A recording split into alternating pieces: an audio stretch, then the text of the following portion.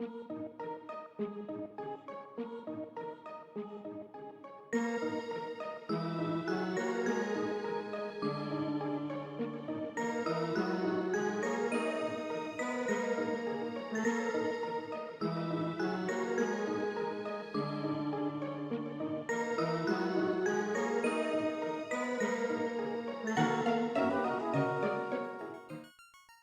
evening, Final Fantasy fans. Today we have a very special showcase of Final Fantasy Randomizer mixing with Final Fantasy Mystic Quest Randomizer in an archipelago showcase. I'm Caleb. I'm joined with Hebbinks, and we're going to talk about this game as these runners do their best to get through it. How you doing, Hebbinks?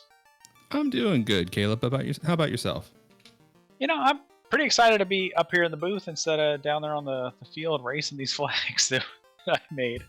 Um, so, do you want to talk a little bit about the Mystic Quest flags? I know the gate's about to drop here in a second, but Yeah, no, I would love to go over these. So tonight we're going to do a little bit of a different showcase from last month.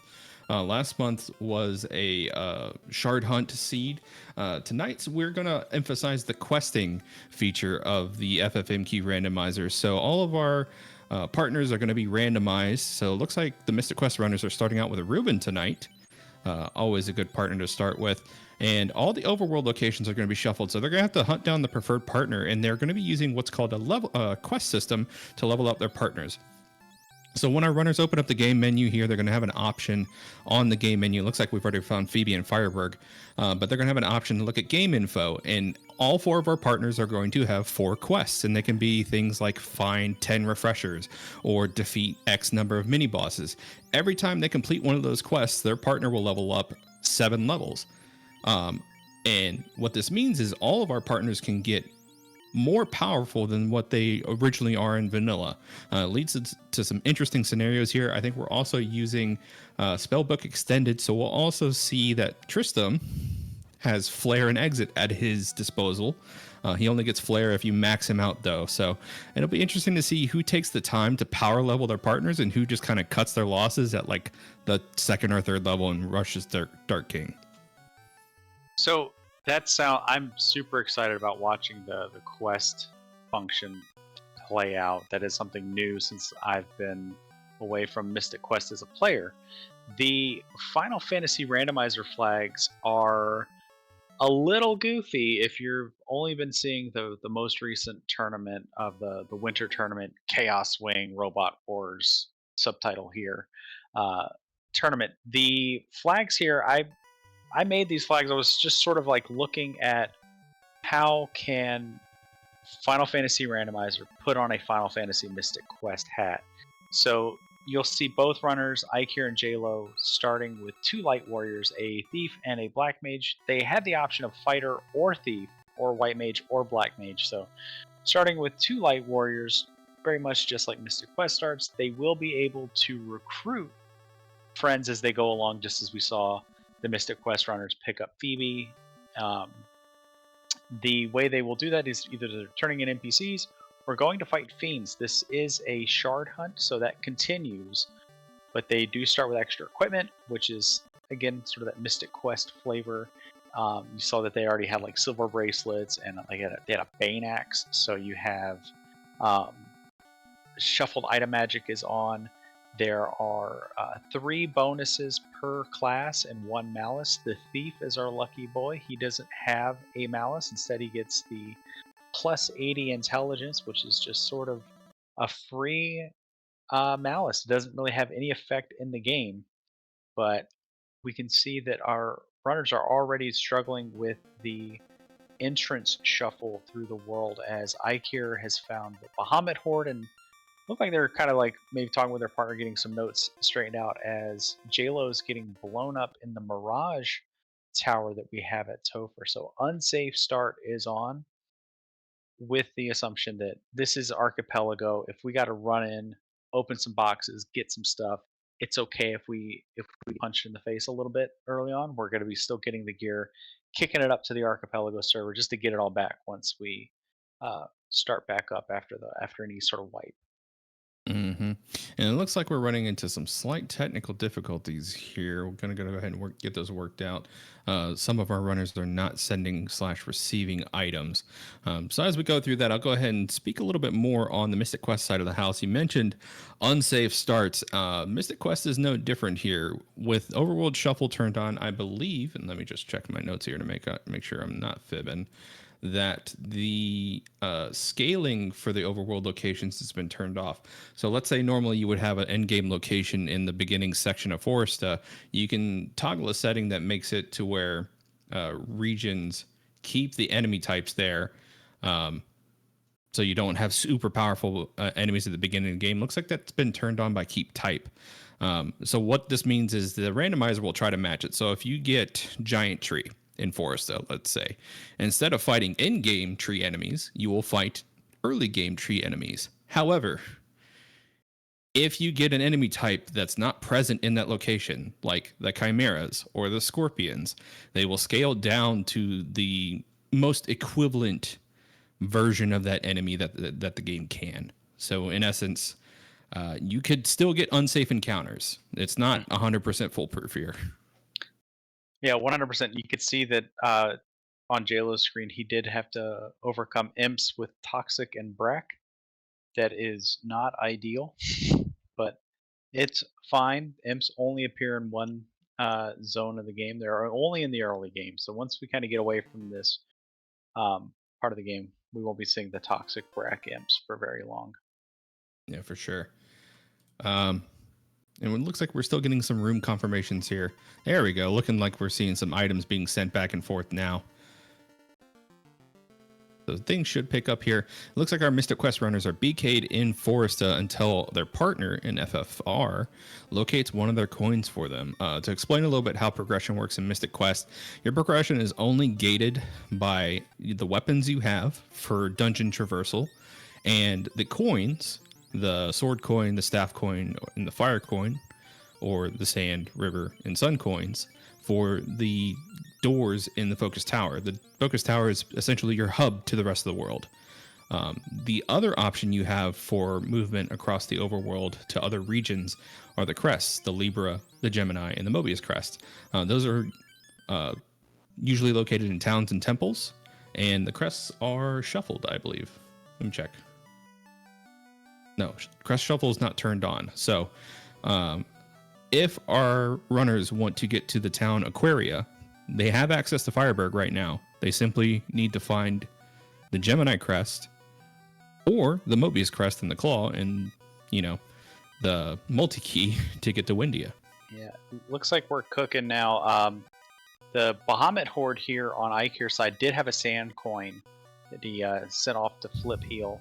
So the BK looks like is a little bit more of just sort of the tech issues that were gumming up the works a little bit. But both sides of the archipelago are going to be able to continue to progress now pretty well with that sand coin in hand. And JLo's just got to walk into the Canaria Castle entrance, as that's the Bahamut Horde. Yeah, meanwhile, X10 making good use of his BK time. There's a lot of XP battlegrounds here in the beginning area. And again, this battleground shows off perfectly how the area region shuffle can't perfectly protect you. These are second area enemies.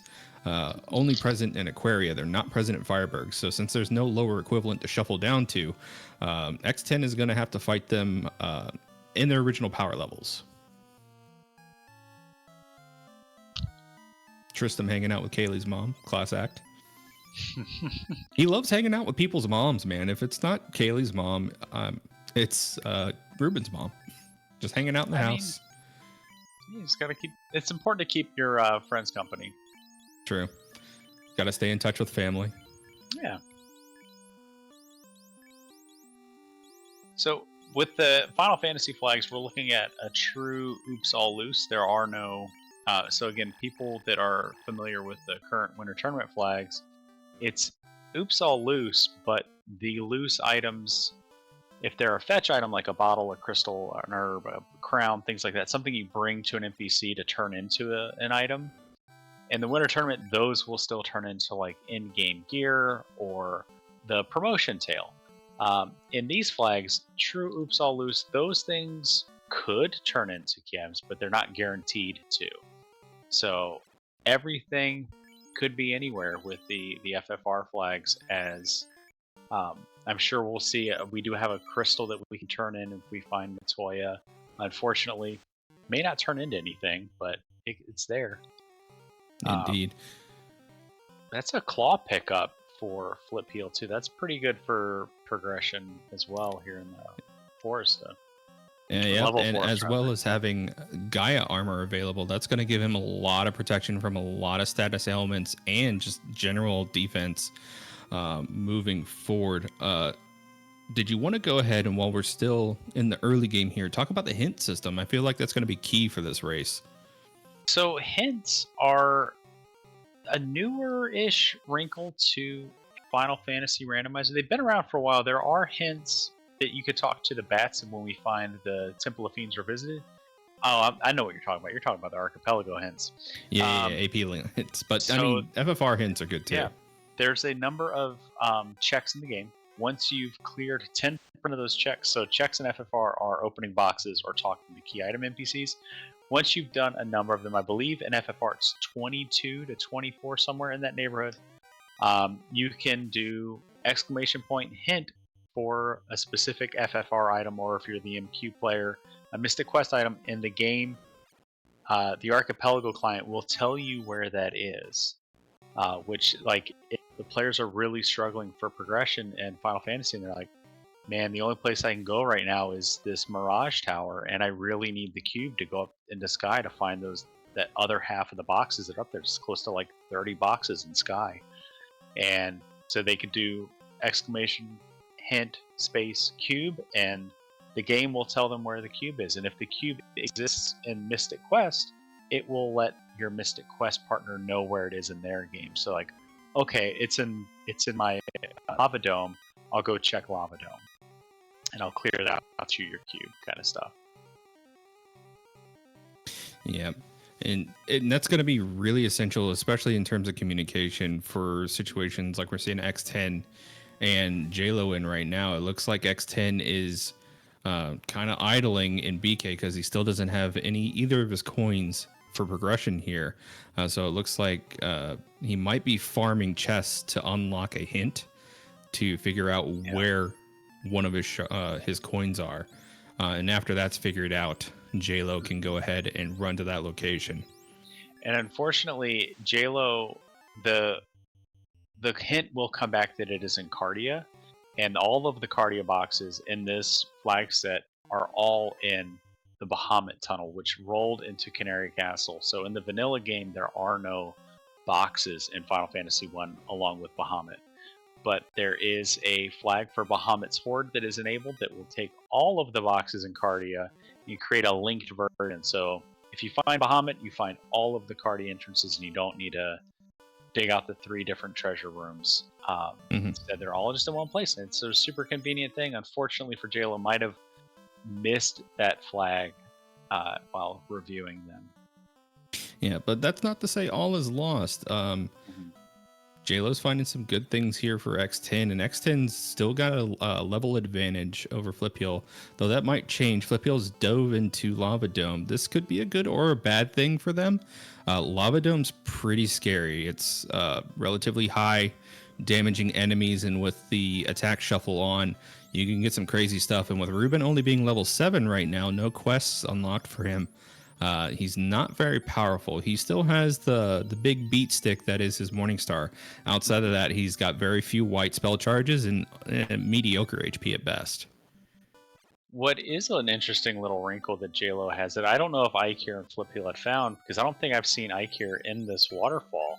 JLo found the multi-key here, and we know that we have a claw, and we know that we have access to Fireberg, so X10 could go there, and I think we have a Lieber Crest as well. So if Crest Shuffle put a Lieber Crest in the Hermit's house in Fireberg, that could be an interesting little teleporter for them until JLo goes back and finds that sand coin in Canaria Castle. Yep, I misspoke earlier. Crest Shuffle is not turned on. However, Oh, okay. Hermit is still a valid check. I believe NPCs are set Yeah. to prioritize. So that is still a Yeah. key item check. And if Hermit's holding on to something good, like let's say Hmm. Dragon Claw, Yeah. that's early progression for X10 that Flip Heal and IQ don't have. Flip Heal picking up some goodies though. That Aegis Shield is Yeah. going to be boss Yeah. for keeping him safe. Aegis Shield, Guy Armor, and now Flip Heel has that River Coin too from this Lava Dome. So Lava Dome, much like the Volcano in FFR, absolutely loaded with checks, and it's kind of a bear to get through. Whenever like I have the option to go to Lava Dome, it's just kind of like I know I should be doing this. I should be doing this. But it's just like, man, it's so big. It's such a big dungeon. It's so huge. That and Pyramid's another one that's just like there's so many chests, but it's so annoying to navigate. At least the Volcano in FFR is pretty quick. Like there are a lot of boxes and there's a lot of walking, but there's also a lot of lava tiles, which you don't have to deal with random encounters. We have a Joker in chat backing me up with that boo lava dome. Yeah, shout outs to Joker, my partner in crime when it comes to running stuff. The man hates Lava Dome, much like many others. I'd rather dive Lava Dome than Pazuzu's Tower. P Tower is just it's nowhere near as fun as Sky Tower or Mirage Tower in FFR. I do think it's the second quickest main dungeon if you route them all correctly. Flip Hill running up to the empty room up here. I'm wondering if that's a quest objective. So here's the objective screen right here, almost as if on cue. Flip Hill open it up for us. So you see flipping through the pages there to see if that's an objective. It looks like it's not. That empty room can be an objective. It'll literally say visit empty room in Lava Dome or useless room. I forgot what Ham called it. There's no chest in there. There's no enemies in there. There's nothing in that room. It's like a 6x6 tile of sadness. I don't know why the devs put it in there, but it's there, and so we just turned it into an objective.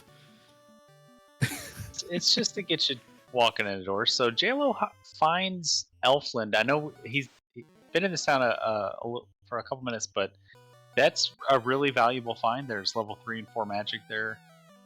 With the XP in these flags, we should have level 3 and 4 slots for that Black Mage. But JLo again just missing the Bahamut boxes, so hopefully that doesn't end up biting him too badly. No, hopefully not. Speaking of conditions for victory here, I don't think we talked about go mode for either of our games. So for Mystic Quest, for Mystic Quest tonight, we have the condition of save the crystals. So our runners have to defeat all 4 major bosses: Skullrus Rex, the dual-headed Hydra, the Ice Golem, and Pazuzu in order to get their Sky Coin. Doesn't matter what order; they can defeat them in any order. As long as they defeat all 4, they'll be instantly granted the Sky Coin in their inventories. That means that they at least need Dragon Claw. No Mega Grenades required, but they at least need Dragon Claw for Go mode. For FFR, we're playing a shard hunt. So in order to get into the Temple of Fiends Revisited, we need to collect, I believe it's 32 shards. Let me double check real quick. Exactly 32 shards. So that's a lot. But if we want to kill 4 fiends, that will get us 14. We will get 4 for killing Tiamat, we will get 4 for killing Kraken, and we will get 2 for killing Lich and 2 for killing Carry. Which, we gotta find those dungeons. We found, I think the only fiend dungeon we found so far is Mirage, but without the cube, can't really do much with it other than open some boxes. In addition to that, we will need to find a loot, and we will need to find a key. Now, Ikir has the loot, which I believe Flip Heel found early on, or it was in one of those early Cardia checks. But we do have one of my favorite little options. We have Thief Lockpicking enabled, which once the thief hits a certain level, in these flags it's 25, they will just be able to pick locks, and you won't need the key. The thief essentially turns into a key. Very cool feature. Does that apply to ninja as well? Yep, yep. So as long as there is the thief slash ninja in your party, it doesn't matter what slot they're in either. So getting our first promotion here, ICure recruits, it looked like a black belt. Yep, so recruiting a master. Now, most times, a lot of FFR runners will see that promoted black belt and sort of cringe because the vanilla game has a bug that the black belt gains 4 magic defense per level, which is the most for any individual class in the game. 4 magic defense per level that they gain.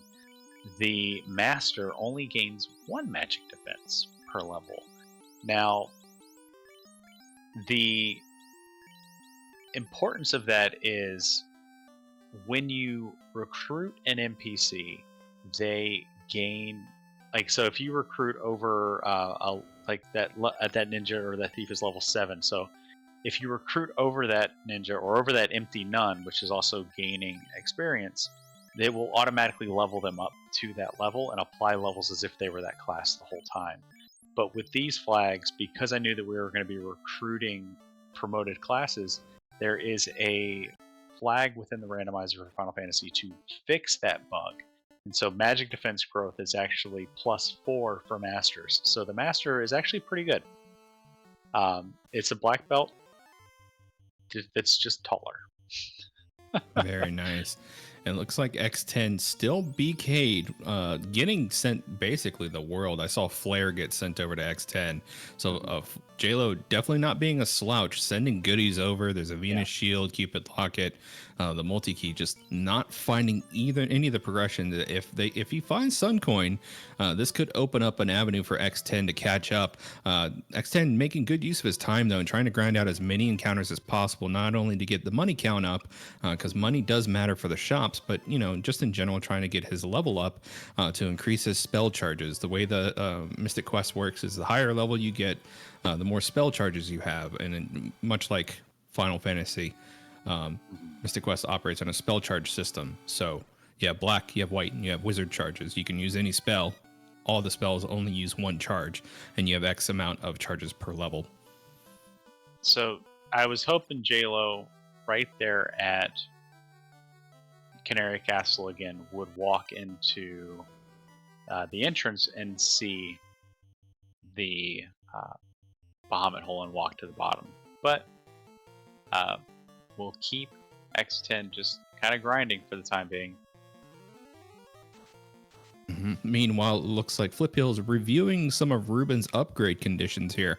Probably feeling like Ruben's lacking a little bit. I missed if he was able to defeat Hydra, but assuming that he's leaving through the useless room, or as our lovely one of our lovely trackers has told us, it's called the useless ledge in the tracker. Leaving through that section, so it doesn't look like that Flip Hill was able to overcome Hydra there. Looking for other avenues. Yep, getting updated by Socket. There was a wipe. Yeah, I did see that he had him in phase 3, kind of hunched over and all beat up, but unable to deliver the coup de grace. But there is a sword now. A sword is also required for this flag set, since you need a sword to get through Ice Pyramid. You can't even get through the front door of Ice Pyramid without a sword. Which I think Ice Pyramid was on the rope bridge. I think I saw a pyramid on that tiny rope bridge. It is fun that you can see what the entrances are on the overworld for the Mystic Quest runners, where the FFR people, they actually have to just walk into each place. Yeah, limitations of systems. I'm chalking that one up to. Ooh, we got our blue battleground here. So, for anybody who's curious about the way the battlegrounds look in Mystic Quest, your eyes do not deceive you. They are different colored than what they are in the vanilla. In vanilla, they're little green tombstones with swords on them. For the randomizer, we have mixed that up.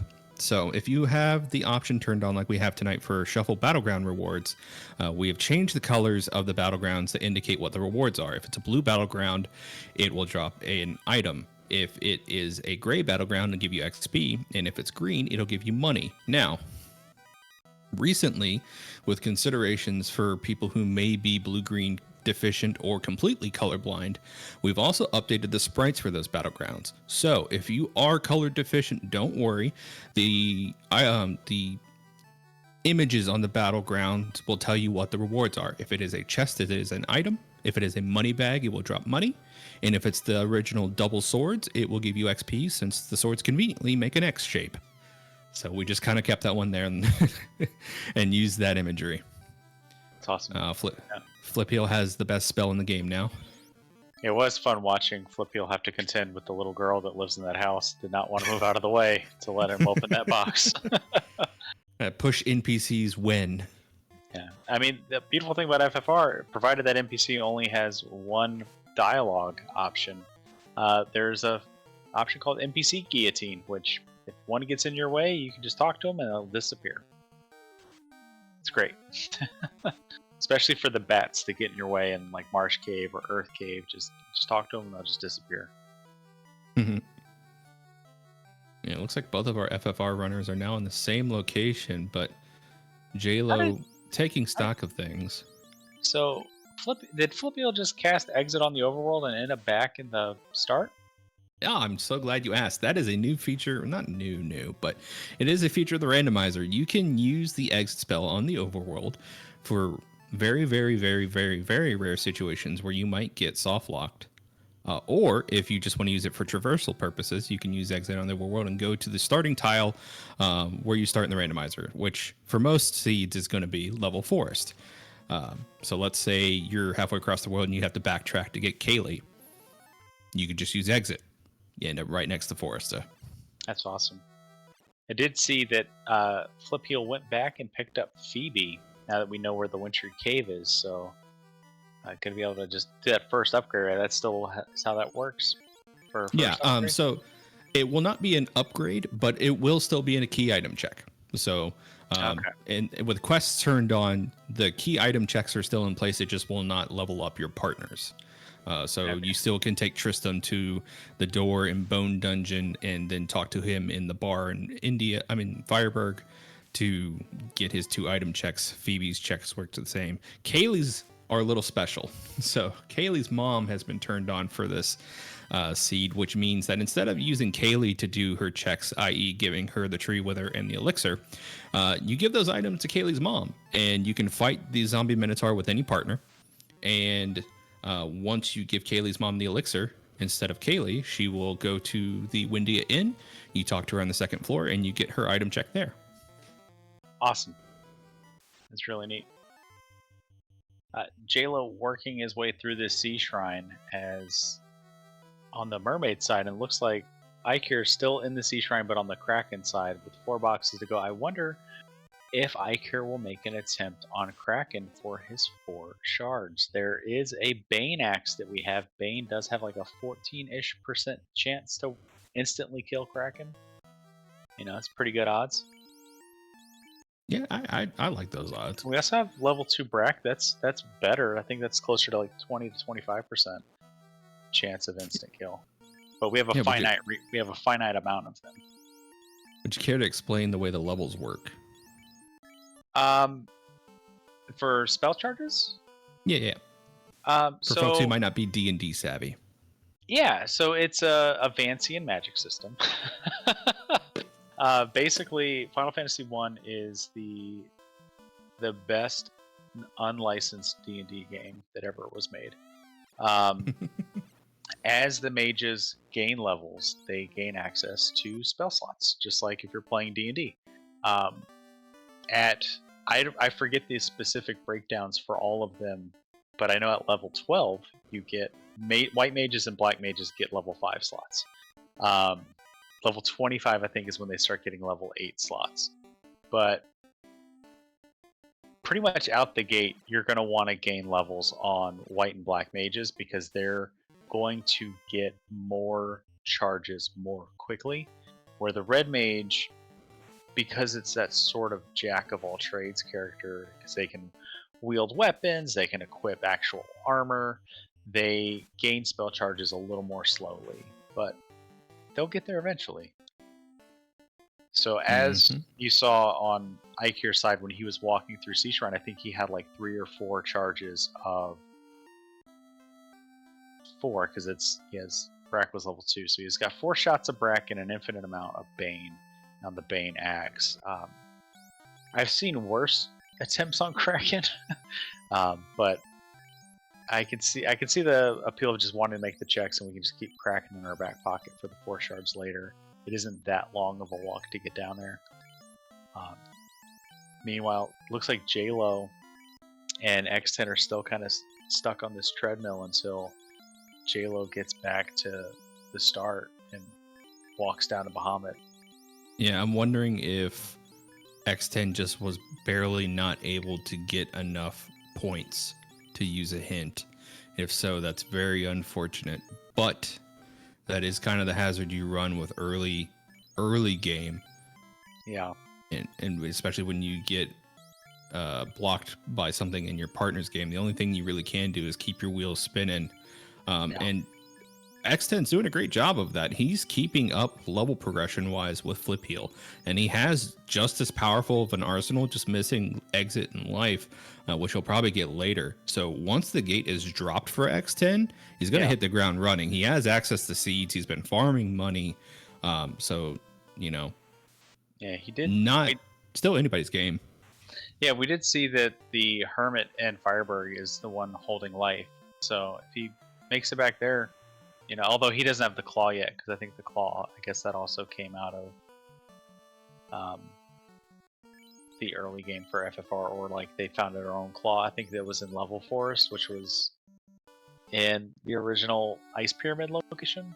So gated by said sand coin. Yep, and thankfully both of our runners started with an axe, so they don't have to track down one of those and then remember that Level Forest exists. They could just do a one-stop shop. I hate doing that sometimes. You go into Level Forest, you're like, cool, I'm done, dip. It turns out that the chests behind trees have goodies. But yeah, neither of our Mystic Quest runners able to take out any of the 4 fiends they need to, though. So still anybody's race at this point. J-Lo finds Canaria Castle. Unfortunately, we'll see that Black Wizard there available. Or is that's a knight? That's a knight. But we can't recruit that knight until we've saved the princess. And we can't save the princess until we find the Temple of Fiends.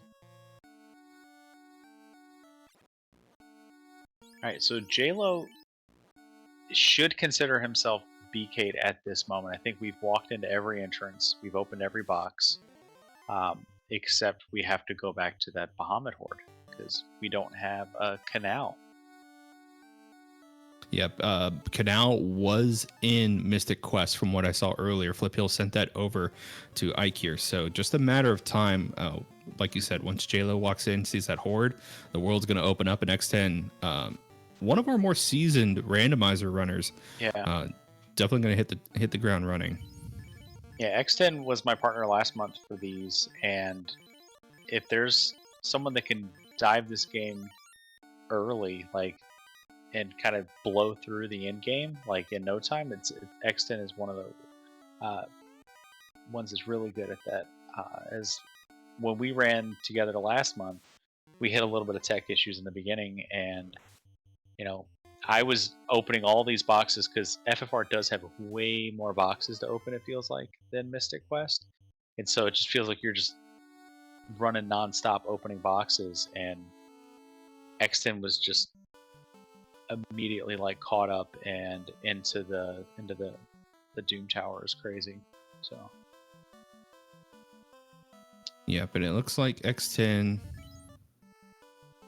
dropping in for some more cure potions here, trying to keep his resources up as he's going through this grind.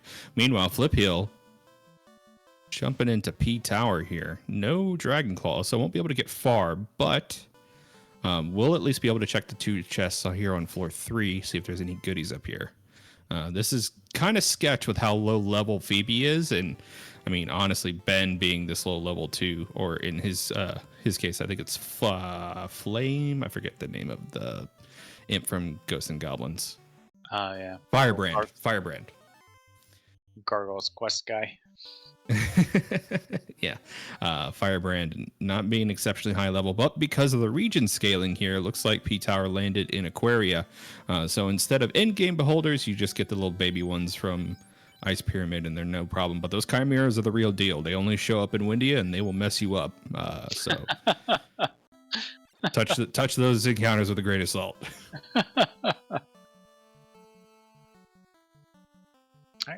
JLo checking the blessings on the mastery there. 15 agility, clean magic, so that's pretty good. Clean magic can sometimes roll a life spell. I would love to see JLo go into the spell inventory of the master to see if he does have life, because life is pretty good.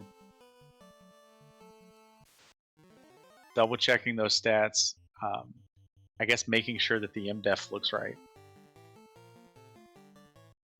Yep, I'll be curious to see if Flip Heel pauses on any of the Phoebe quests available to see what we're looking at here. It might be that one of her levels is tied to Battlegrounds, which could be why he's clearing them out. One of my favorite things about the new quest feature is you do not have to swap out your partners to level them up. They will level up immediately. You'll get the quest complete notification on your screen. Ben will do a cool pose and you'll hear the level up sound and you'll see your partner's level go up instead of Ben's. It's a really cool feature, organically built in. It's like you don't even have to think about it. It just functions like you would expect leveling up to function in a game, as opposed to vanilla, where you have to do a check, swap your party out, get on my party. No, wait, come back. I love you. So have to play that game. Trying to will JLo back into the Canaria area. Mentally, just sending out those positive vibes. So which area on the map does he have to go to specifically? So I see the starting town here, Corneria, I believe. So this is actually Elfland and Elfland Castle. He just needs to get back in his boat, sail straight up to the starting area of Canaria and Canary Castle, the other cluster of castle and town mixed together on the map. Gotcha. So he's walking back to, I guess Northwest Castle was the Sea Shrine. Must think that progression is there. So we know that the Marsh Cave led to a dead end, if I remember right. I think that was the waterfall. Yeah, meanwhile, it looks like Ike here still diving underwater temple and just rolling through sea trolls and sea snakes. And lobsters. Lots and lots of lobsters. Sea Shrine is really good for XP. Like, Sky and Mirage usually get a lot of credit for being good places to take walking grinds, but Sea Shrine, these sea snakes give a lot of XP. Lobsters give a lot of XP, and they give XP in big batches because they often come in large packs. It's a tougher place to get a walking grind if you don't have the big AoE sweeper spells, and JLo's magic, he does have life at level 8, so that master, a really good stand-in for a white mage at the moment. Yeah, no, and it looks like X10 went to go use a hint. Use the exclamation mark hint command, but I don't know if they targeted anything specifically. So I think just checking to see if they have enough points. I don't know, and if one of our trackers could keep me honest here, I don't know if you just throw out the command exclamation mark hint, if it will just give you your next logical progression item.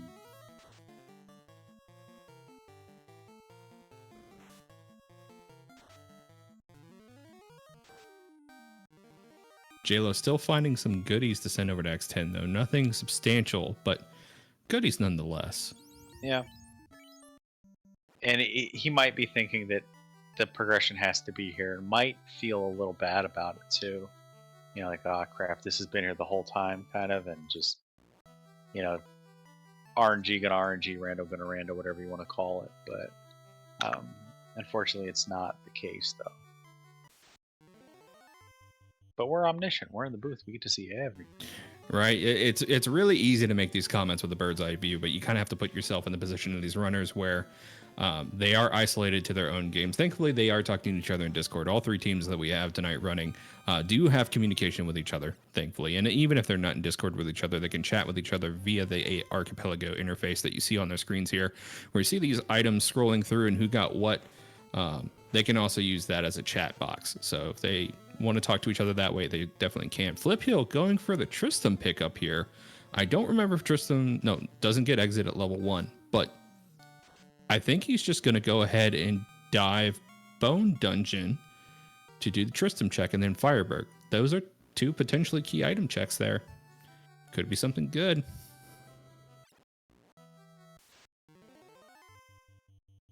Yeah, still waiting on bombs too. That's a big one for Mystic Quest. Yeah, if either of our runners here had explosives, they could go ahead and clear out Bone Dungeon and get one of their crystals saved.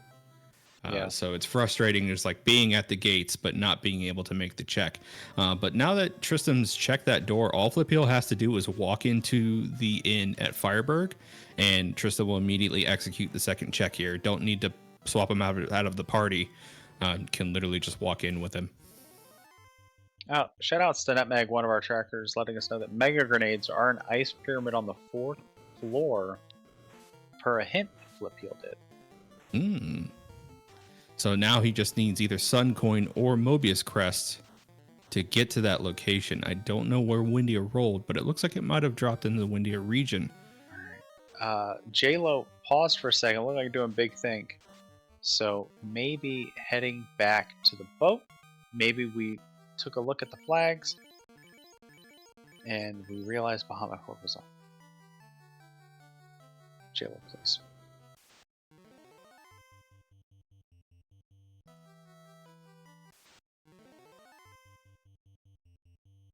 J-Lo, please.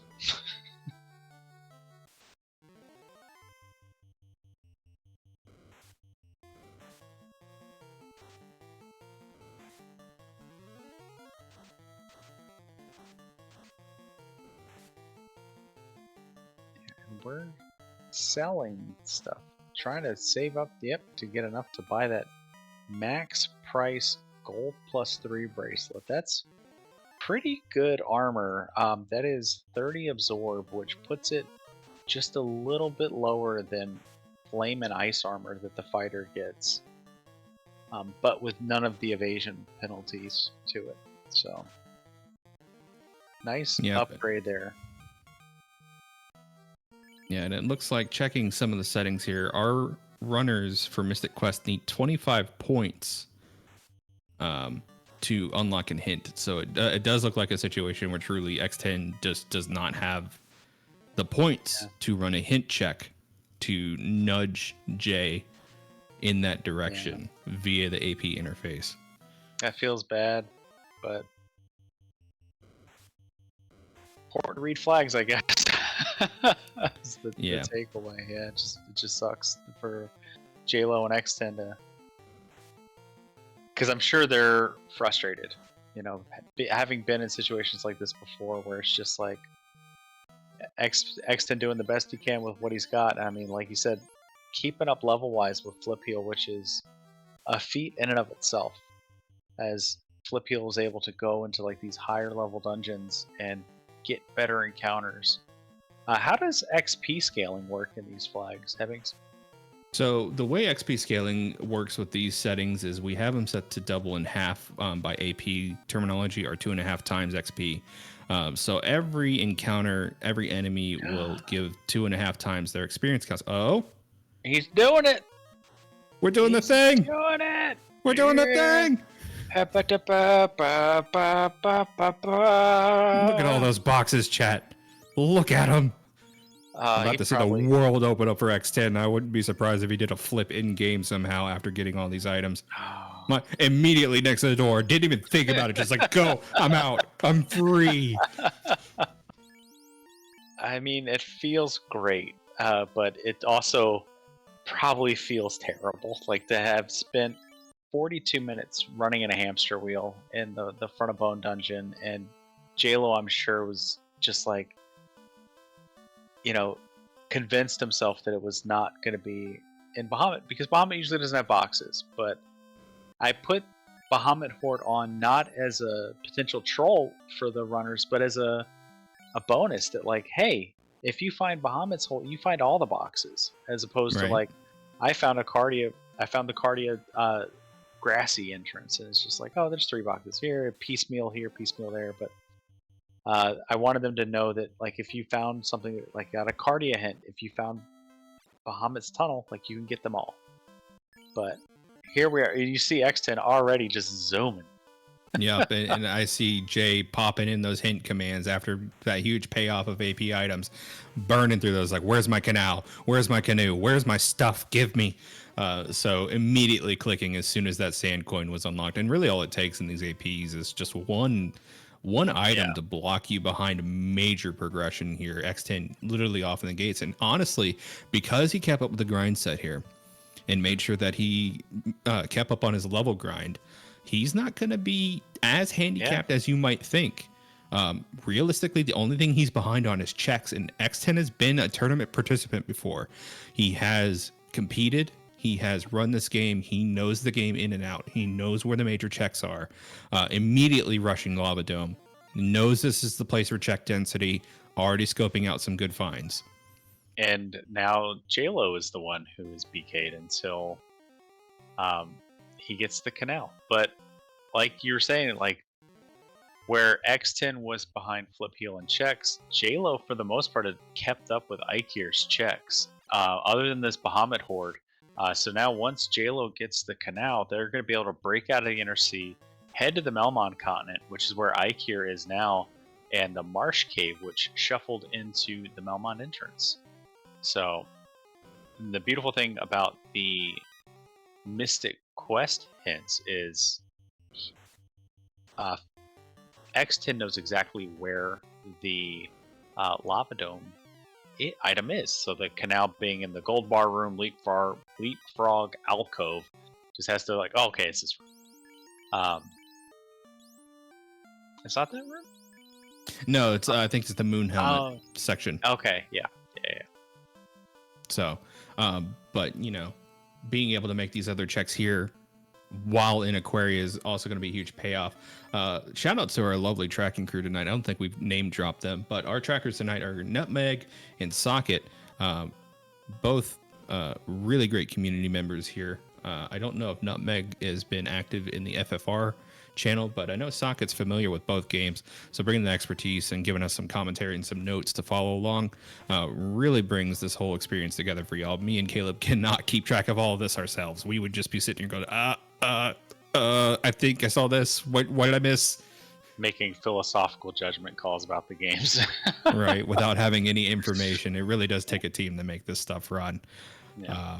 Much like these AP runs, like there is communication here. I think that's my favorite thing about doing these showcases is it's not a one-man show on either team. Yeah. You really have to coordinate and kind of think, it's like, all right, I can rush and finish this location, but there's progression somewhere for my partner. So do I rush and finish as fast as I can, or should I make, the call to be a team player and get that progression at the cost of time on my end?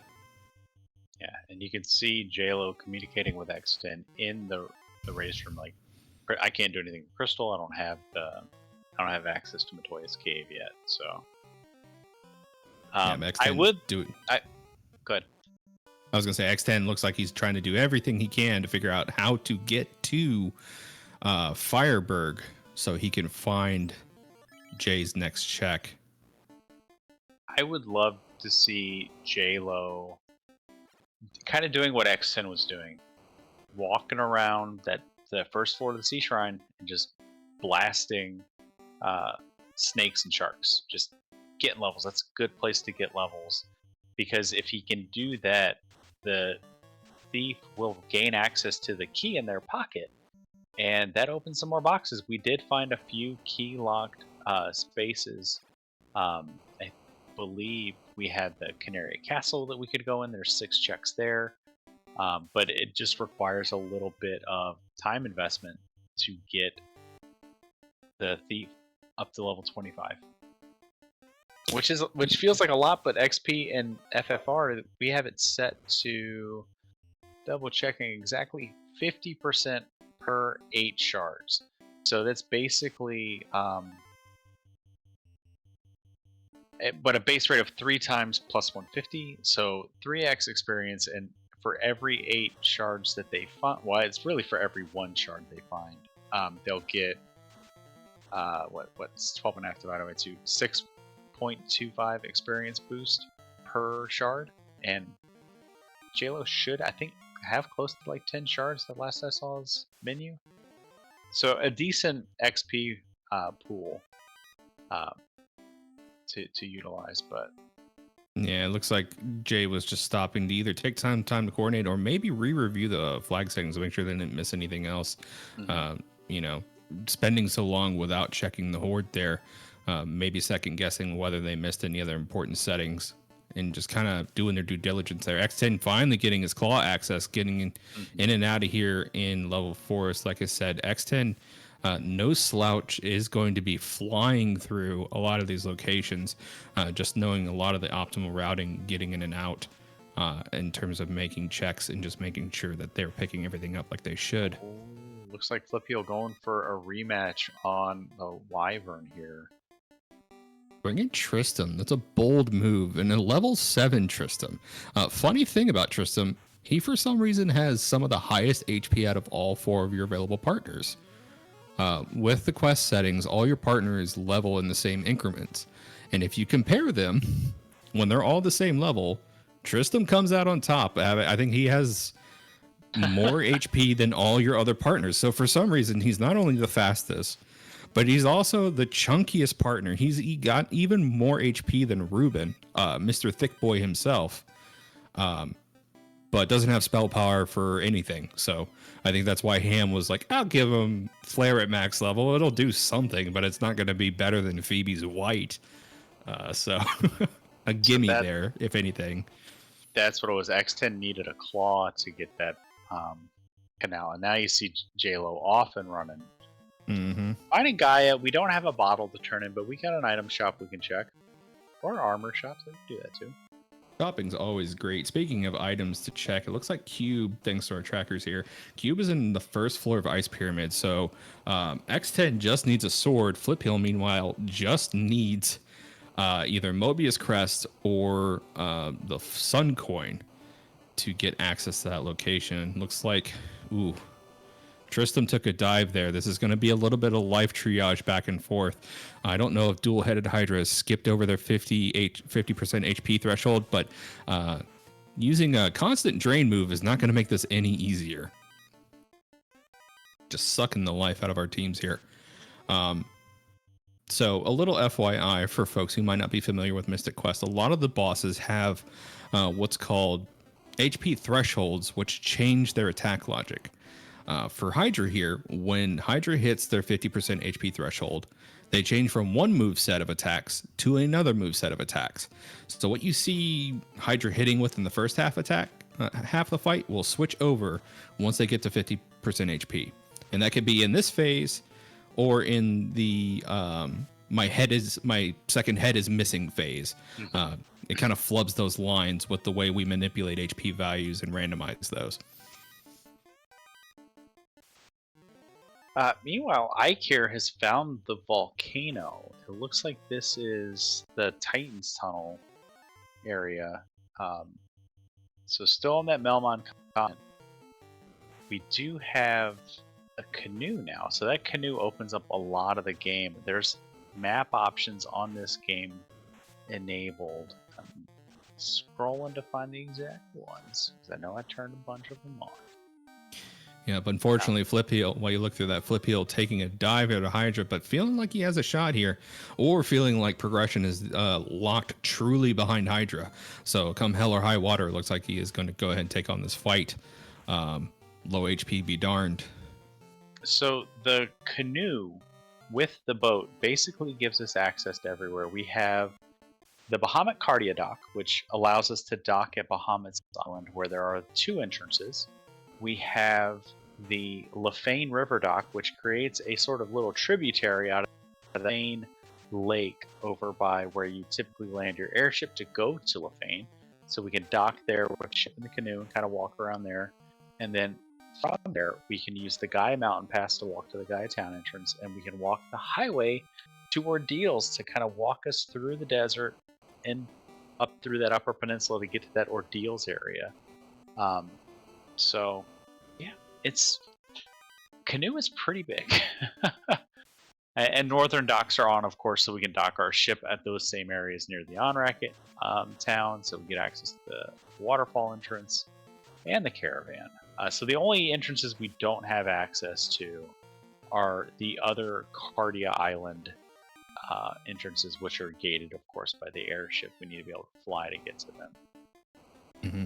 Meanwhile, X10 really showing off that they know their stuff here in terms of routing. Did not go up to the last floor of P Tower purely because they knew they didn't have Dragon Claw, so they couldn't make that check. Is now rushing Hermit, verifying the crests aren't shuffled, and now has Tristram in his party, so it looks like he's about to do Tristram's checks as well.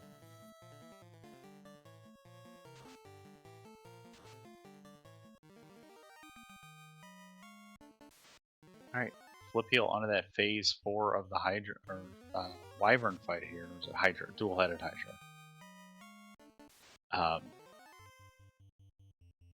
Gotta be close, right?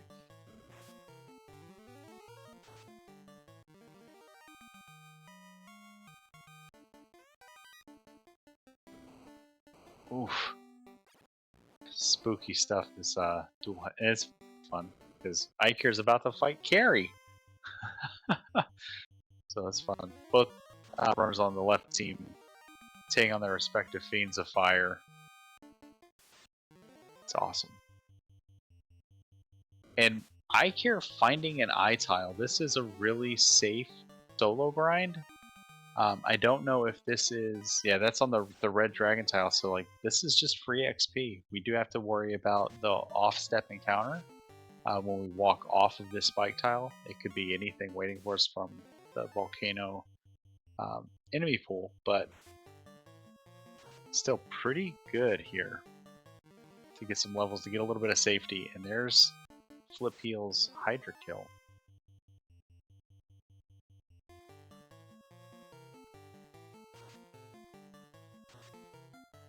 And it looks like Flip Heel finally takes down that Hydra. Let's see if there was something good in that chest. Maybe. I mean, it's a red box, right? It takes way more brain power for me than it should to correctly say Hydra versus Wyvern. Yeah. They're so interchangeable in my brain. It looks like it was Tree Wither, so, I mean... It's fine. We have Forest unlocked, and we have level Forest access. That's a couple key item checks. Potentially. And you can see JLo catching up to Ikir. Ikir also, of course, taking some levels here on this eye tile as JLo walks into the volcano. So, despite that early BK issue with the Bahamut horde, like, X10 and JLo are really... how quickly they can catch up, that they didn't really lose that much time. Indeed, and especially since X10 is at the same level now with a darn near identical item loadout, minus sword, but sword's not going to be too much of a problem for the Hydra fight. If X10 can roll better RNG on that Hydra fight there and get it down in one encounter, that'll give them some serious catch-up ground in terms of Mystic Quest here. And Ikir are going to show us what PC is recruited, and it looks like it's a white wizard. Now, we have to take that white wizard if we want the shards from Carrie, so not necessarily a bad thing. I mean, like, that empty knight slot on Ikir's screen, Knight, N-I-T-E, the player name, it's not an actual FF1 knight, is gaining experience. So once it becomes a class, it will have the levels appropriate for however much XP that slot would have gained.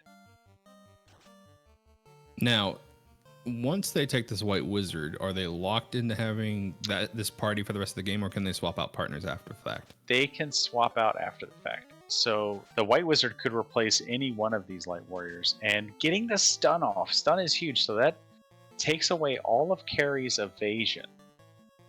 And we can now just... She could break out of it. It's not a very high chance, so that's huge. Carrie is typically weak to status elements, but stun is a power word. Stun will always hit if the enemy has fewer than the threshold's HP. In the vanilla game, it's 300, and in these flags, Man, sometimes I wish this website was easier to navigate. Yeah, I think I that was thought the I big thing for me. It's like I 600. looked at the FFR site and it's like wall of options. Yeah, it's so the threshold is matching that of the winter tournament, so 600. So that stun landing tells us that Carrie had fewer than 600 HP. The spell was cast. Pretty good. So Ike here with the 2 orbs and just putting in the White Wizard, plugging in right away, and you can already see that it has 340 HP. We're gonna go do a couple other checks. Maybe now we're gonna take on Kraken. No, no. Oh, what do we do? Oh, did we grind out? Maybe we grinded out thief levels, and we have a key baked into that thief now. And we're gonna go to Canaria Castle in the Marsh Cave. I believe that was how these entrances shook out. Meanwhile, flipping through the menu there and going to Phoebe's quests, and I noticed 2 of the objectives for Phoebe are bomb locked. One of them is save Aaron. The other one is to save the Crystal of Earth. So explosives are sorely lacking on both of our runners' side here for Mystic Quest, and someone's going to need to find something here soon so they can start blowing stuff up and making some more progression. Now, is there a way within AP, like if you need bombs in your Mystic Quest, is there a way to just do a hint for any bomb? Yes. So you can name a bomb specifically. So if you do hint bombs, hint jumbo bombs, hint mega grenades, you can look for the bomb specifically, or you could do, I believe, a generic hint explosives. Okay. Command, or I forget what the generic command for the bombs are, but you can do a generic hint and it'll just kind of tell you one of them within logic. I don't know if it's the best logical one or the closest one, but it will tell you. Okay. Okay. So JLo gets their canoe out of the volcano here, so has access to the world minus the 3 Cardia rooms, or Cardia Islands, but there we see a red wizard locked behind the herb for Ike here, so this is a pretty versatile caster. Who will we replace? The white wizard. So replacing a party member like that, Ike here didn't buy any spells for the white wizard. If he had, he would need to go buy new spells for the red wizard. It'll completely wipe out the spell inventory. If that white wizard had anything equipped, it is equipped, and he would have to go into his menu to re-equip it to the red mage or red wizard. But, oh no, we did not replace. Yeah, I guess we only thought about it. Interesting. Meanwhile, it looks like in Elfland, they did find jumbo bombs. So Flip Hill now has Suncoin and jumbos, really opening up the world. Also got an elixir earlier as well. So there is a lot of options on Flip Hill's plate suddenly. You can rush Kaylee's mom. You can run for Bone Dungeon, and just finish that off. Get that taken care of. Unlock one of Phoebe's quests. The world is kind of their oyster right now. And Ike here just bought the max gold AP item for sale here on OnRack, and it was a cure potion. Rip. Such a troll. So for I guess I have to explain cure potions, because anybody in a normal RPG mindset would be like, what's wrong with cure potions? It does the curing and it restores your HP, and it's like, yeah, that's great. The way cure potions work in Mystic Quest is they only restore 25% of your max HP for any given use. 25% is not a large amount when you have access to spells like Cure and Life, which scale off. Cure scales off your magic power, and Life just does everything. Literally the cure-all to end all cure-alls.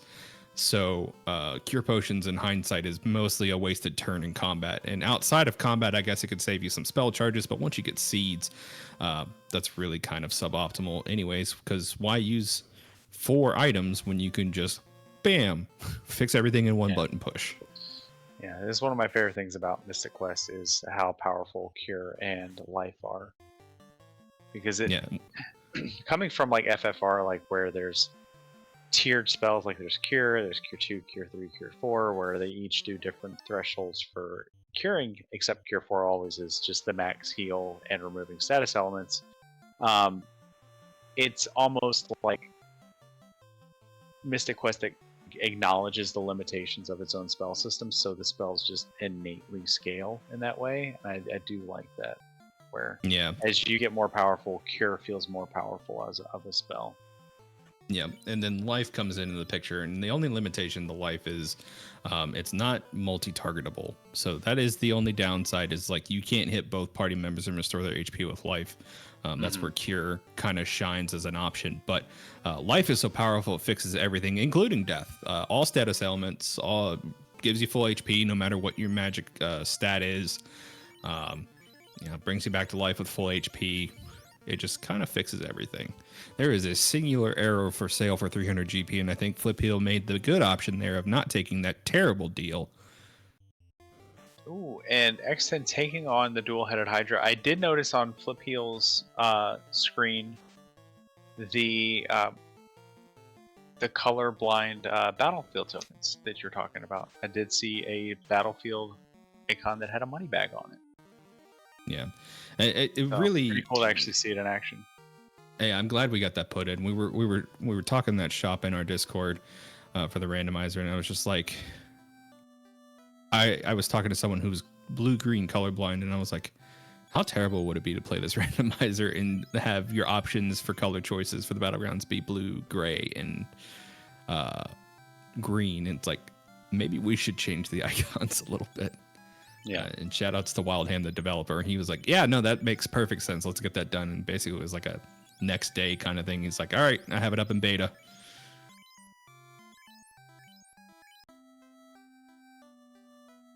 Looks like X10 could not get this one and done, but got very close. So not being discouraged here. Probably will end up taking out the Hydra here shortly. Meanwhile, Flip Heel finally getting access to Ice Pyramid, where we're going to see a lot of checks. Unfortunately, we're also going to see a lot of bumping. Fun fact, if you take in Ice Pyramid without the magic mirror, all the enemies are invisible. So you are going to have a ton of invisible encounters, and these fish are not nice. These are end-game fish. These are Windia fish. I hate these fish. Thankfully, these fish also hate fire, so just make sure you're keeping up with your spell charges, and Flip Heel should not have a terrible time going through here.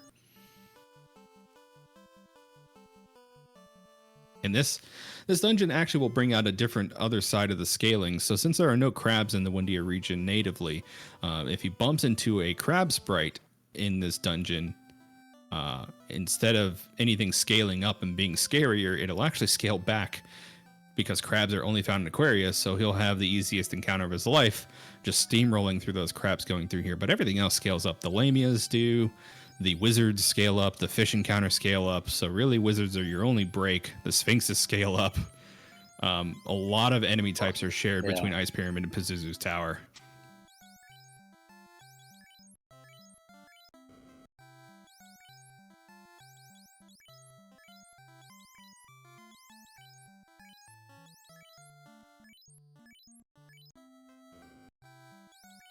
And I hear finding the Lefane and Vanilla Lefane, and we can see that Superstore's on, so I hear visiting the shopping mall of Magic in Lefane and just being able to buy all the spells all at once. It's a perfect way to get that White Wizard up to speed. An important thing to note that I didn't really bring up during the discussion about completion, the Final Fantasy runners will need to find the Temple of Fiends. That is an entrance that we have not seen yet. And as far as I know, the only place it could be at this point would be in the Ice Cave or within the Cardia Islands. So that floater may be required, as we've found the Titan's Tunnel connects to the volcano. We've walked into every entrance I think we found, so we gotta find that floater. And I don't know if we've done a hint for the floater yet. So, but Iker might be sailing to the Ice Cave. Yeah, no, checking our lovely tracker notes over here. No one has checked for floater yet, so nothing here of note yet. Cube is in Ice Pyramid, though. So I don't know if Flip Heel has found that for Ikir quite yet. Now but it should have been on the first floor. Yeah, it could be that the floater is in the Sarda's cave or the Titan's tunnel west entrance. But I hear heading back. Where do we go? Oh, with the cube in hand, we're gonna go to Sky. Okay, heck yeah. Oh, that's the cube on the bottom right. Okay, cool. I did not realize what the icon was for cube on the tracker for FFR. My mistake. It's so weird that it's a cube. It's like I was like, what is that green thing down there? But it was marked with a C. I was like, is that cube? And it's like I saw in the tracker, it was like cube was found. I was like, I guess that's cube. What could this three-dimensional green box be? Well, to be fair, on my end, it's funny. the edges aren't very defined. I was like, what is that supposed to be? I look over on the tracker and it's like, oh yeah, no, I can see the two different greens very nicely. Oh man, X10 finally getting through that Hydra fight. I think taking about the same amount of encounter time as Flip Heel there. So no super gain there, but nonetheless is going to make some progress after getting Tree Wither. Going to be booking it. All right. Let's go through our notes here. Where was Suncoin? Corneria 5. Okay, so that was the boxes of Canaria. So once JLo has the plus 25 or finds the key, can get those checks for X10. But I would imagine the last thing JLo wants to do is a stationary grind just to get a key item. But I hear finds Oxyale and Bottle, so we do have access to Gaia. Bottle not guaranteed to turn in anything. Oxyale could be simplifying. So we have found the Sea Shrine. It was in the Northwest Cave or Northwest Castle. Oxyale unlocks the dungeon entrance in Onrak, and we saw Onrak, so I believe it was in Onrak location. So I don't think the Onrak town shuffled away. So it was either there or it was in the Melmond area. Yeah, meanwhile, it looks like X10 also finding their exit spell now, and really going to be opening up some traversal here. Neither of our runners have Wakewater, though, and I'm wondering what's locked behind the top section of Aquaria, if it's anything important. None of our 4 major dungeons were locked up there per se, but I wonder if a mini dungeon potentially holding some goodies like Falls Basin could be up in that spot. And another excellent thing about the Sky Cave here is we'll have access to Tiamat. And Tiamat will give us 4 more shards, which is another 25% XP boost. Now, correct me if I'm wrong, I don't think Flip Heel checked Jin.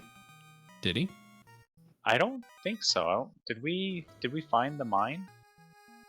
The mine was locked behind the Lava Dome Battleground up on the top right. So our runners had to beat Hydra to get that section unlocked. However, I think Flip Heel faded that location because they didn't have mega grenades yet, so they couldn't save air and might as well just save it all for one trip. But if there's something good hidden up there like Dragon Claw, yeah, there are 5 chests behind Jin.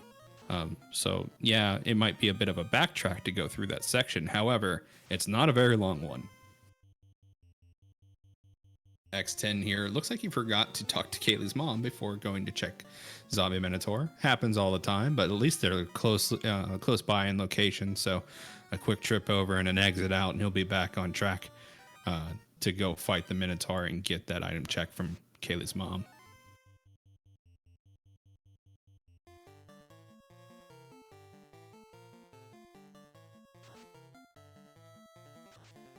And Flip Heel closing in here on Ice Golem. Just has to go through a couple more doors here. More invisible enemies. It would be super frustrating. I don't know about you, but I hate going through the entirety of Ice Pyramid just to find out that in like the last chest, Magic Mirror was in the Ice Pyramid the whole time. I've been here the whole time. All right. You hear the big woo sound effect, and all the enemies is like, thanks, game. Love it. If you gotta come back. It's if you gotta come back, right? Yeah. Love it. Oh well, Flip Heel's got Dragon Claw. It looks like so.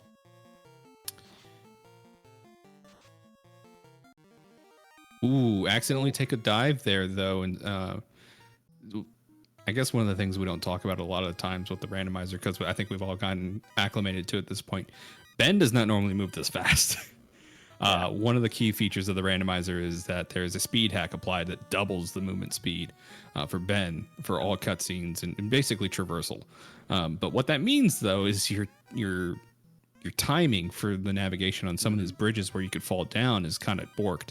I myself do that strat right there where I walk up one tile and just jump the rest of the way across this bridge because I don't trust myself to do that many up, left, right, down, up inputs correctly to not fall on that bridge. So, the walk up, jump across is the most consistent routing you could take there, in my opinion. You want to melt a snowman? I love seeing that 4,000 every time. So good. It's my favorite thing to do in the randomizer because normally you don't have access to flare this early to just wreck Ice Golem. So it's very cathartic, especially for those who maybe in their youth got stuck behind this stupid golem and being trolled with waterfall attacks and constant healing. So it's cathartic every time. Yeah. And that's Crystal 2. There are banana peels that we can find in FFR, but they only really exist in one dungeon. That's the Ice Cave, which we haven't found yet. There are a number of holes in the ground that you could fall through, and I'll just land on the bottom of the Ice Cave, and that feels bad, but not as bad as falling from the top of the Ice Pyramid. It's arguably takes more time to get back to where you were in FFR, but it's just one floor of a dungeon. Whereas Mystic Quest, it's several floors. It's just weighing the options of the amount of encounters. Like, you're probably not going to hit any encounters in Mystic Quest walking back up, where FFR, you're going to be punished for falling and having to take more random encounters. Indeed. And it looks like Dragon Claw, one of our key items for getting to the end of the game here for our Mystic Quest runners, is in Sky Palace 2. So Cube is required for Go mode for our Mystic Quest runners. Checking back through the notes here, trying to see where Mega Grenades are in Ice Pyramid. So as soon as X10 dives Ice Pyramid, once he gets access to Windia to make that dive, he will have Megas and be able to backtrack to Mines to level up Phoebe. And Ike are going to be pretty close to Shard Go mode after killing Tiamat here. And having leveled up that thief, doesn't need to find the key, but does need to find the Temple of Fiends so we can go back in time and put a stop to all this time loop shenanigans. Indeed. And since Ike here is kind of closing in here, did want to go ahead and talk about the release condition of Archipelago. So what happens when you finish your seed and your partner's still running? What happens when you roll credits is the Archipelago client will run what's called a release command. And when that happens, every item that you did not find for your partner will instantly send over to them. For Mystic Quest runners, it could be kind of annoying because you get text box on text box on text box on text box, and you kind of get locked in position. But that's an option that our runners have to weigh, because if you're close to end game, do you rush end game and just swamp your partner with potentially their go mode, or do you coordinate and use some more of your hints and get that before you finish your game? Yeah, it's a interesting dilemma. I think if I were running, I would just ask my partner, like, are you like super close to finishing? Like, could you go? Do you feel confident that you just go do it right now, and it'll take like 6 to 8 minutes to go walk up Doom Tower and kill the Dark King? Or do you need to prepare a little bit more? Because if you need to prepare a little bit more, you don't mind going to check this thing for me, that'd be great, because then I could be done in like 10 minutes. But I think it's that whole concept of 6 in one hand, half a dozen in the other, where do you want to finish around the same time as your partner, or are you good with just finishing and then your partner, you just have everything that you need?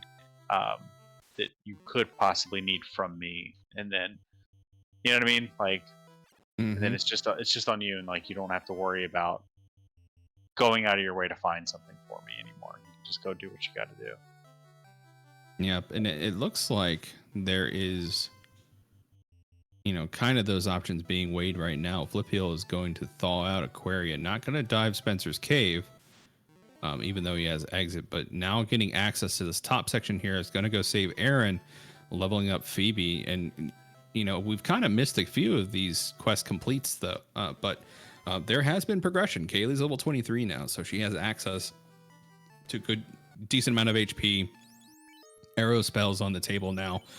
So it looks like early game, our partners were severely hampered in terms of quests we can complete. But now that we've gotten to the mid to late game, the options have opened up and our runners are taking full advantage of that. And I hear pulling Kraken. I did see a ninja waiting for us beyond Kraken, so nice little upgrade for our thief. I don't know if we saw like a really good sword for them to swing, but we don't really need a sword when we got that black belt.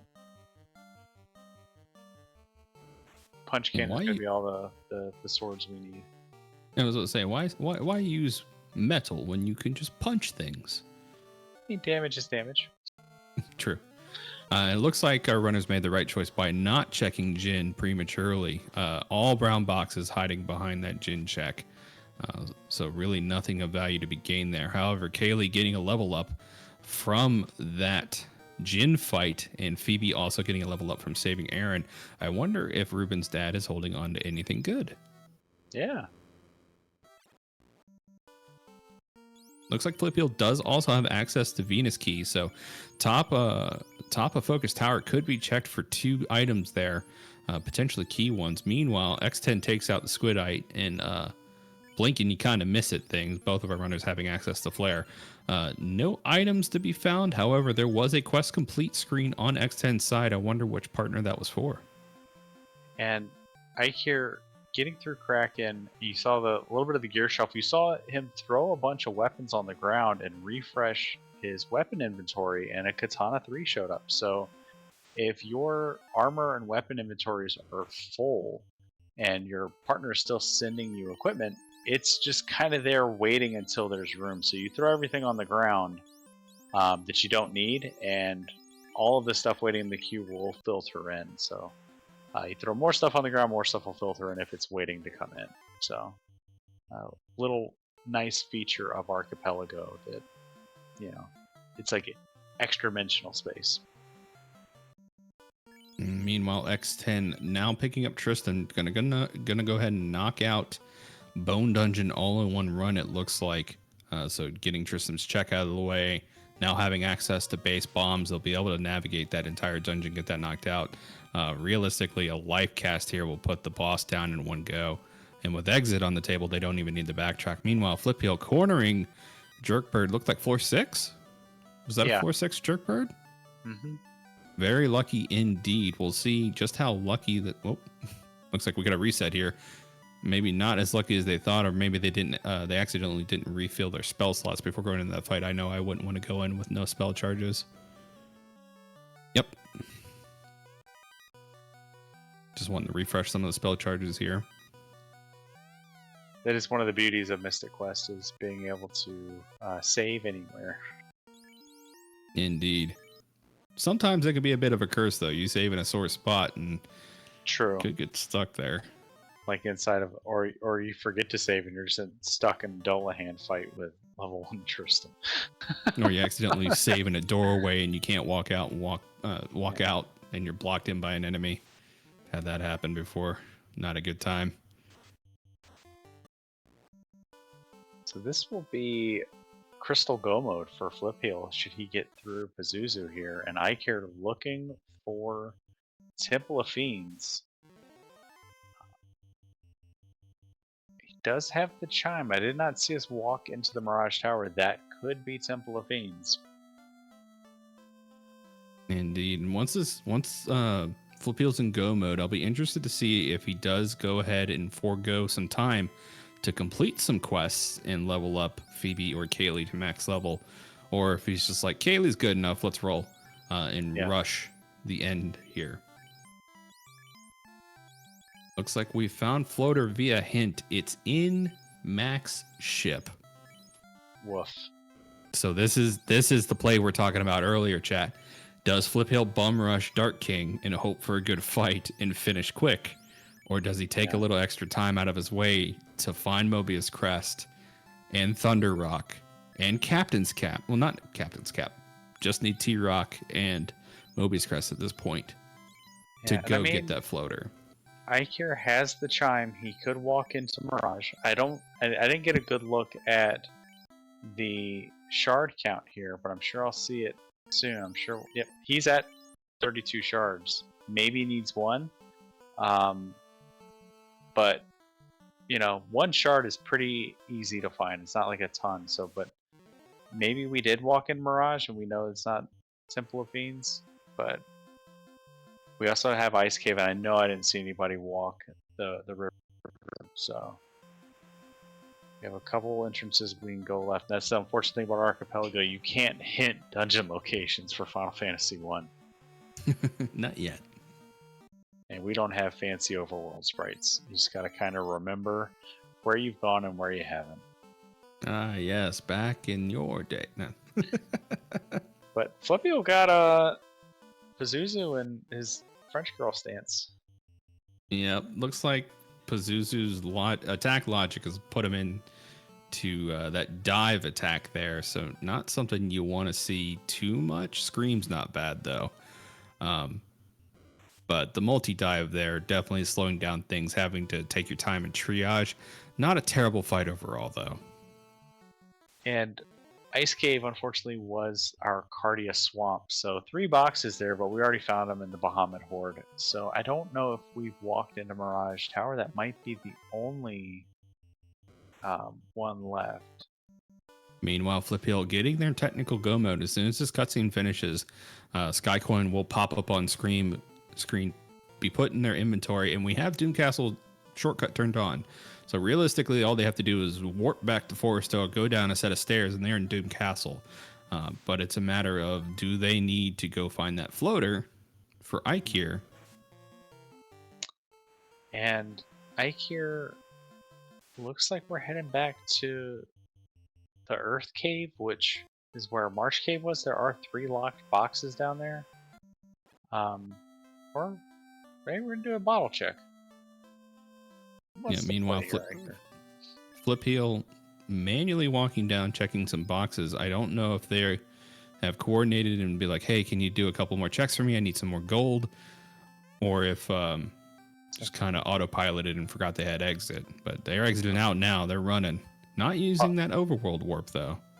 Gonna be going to Windia.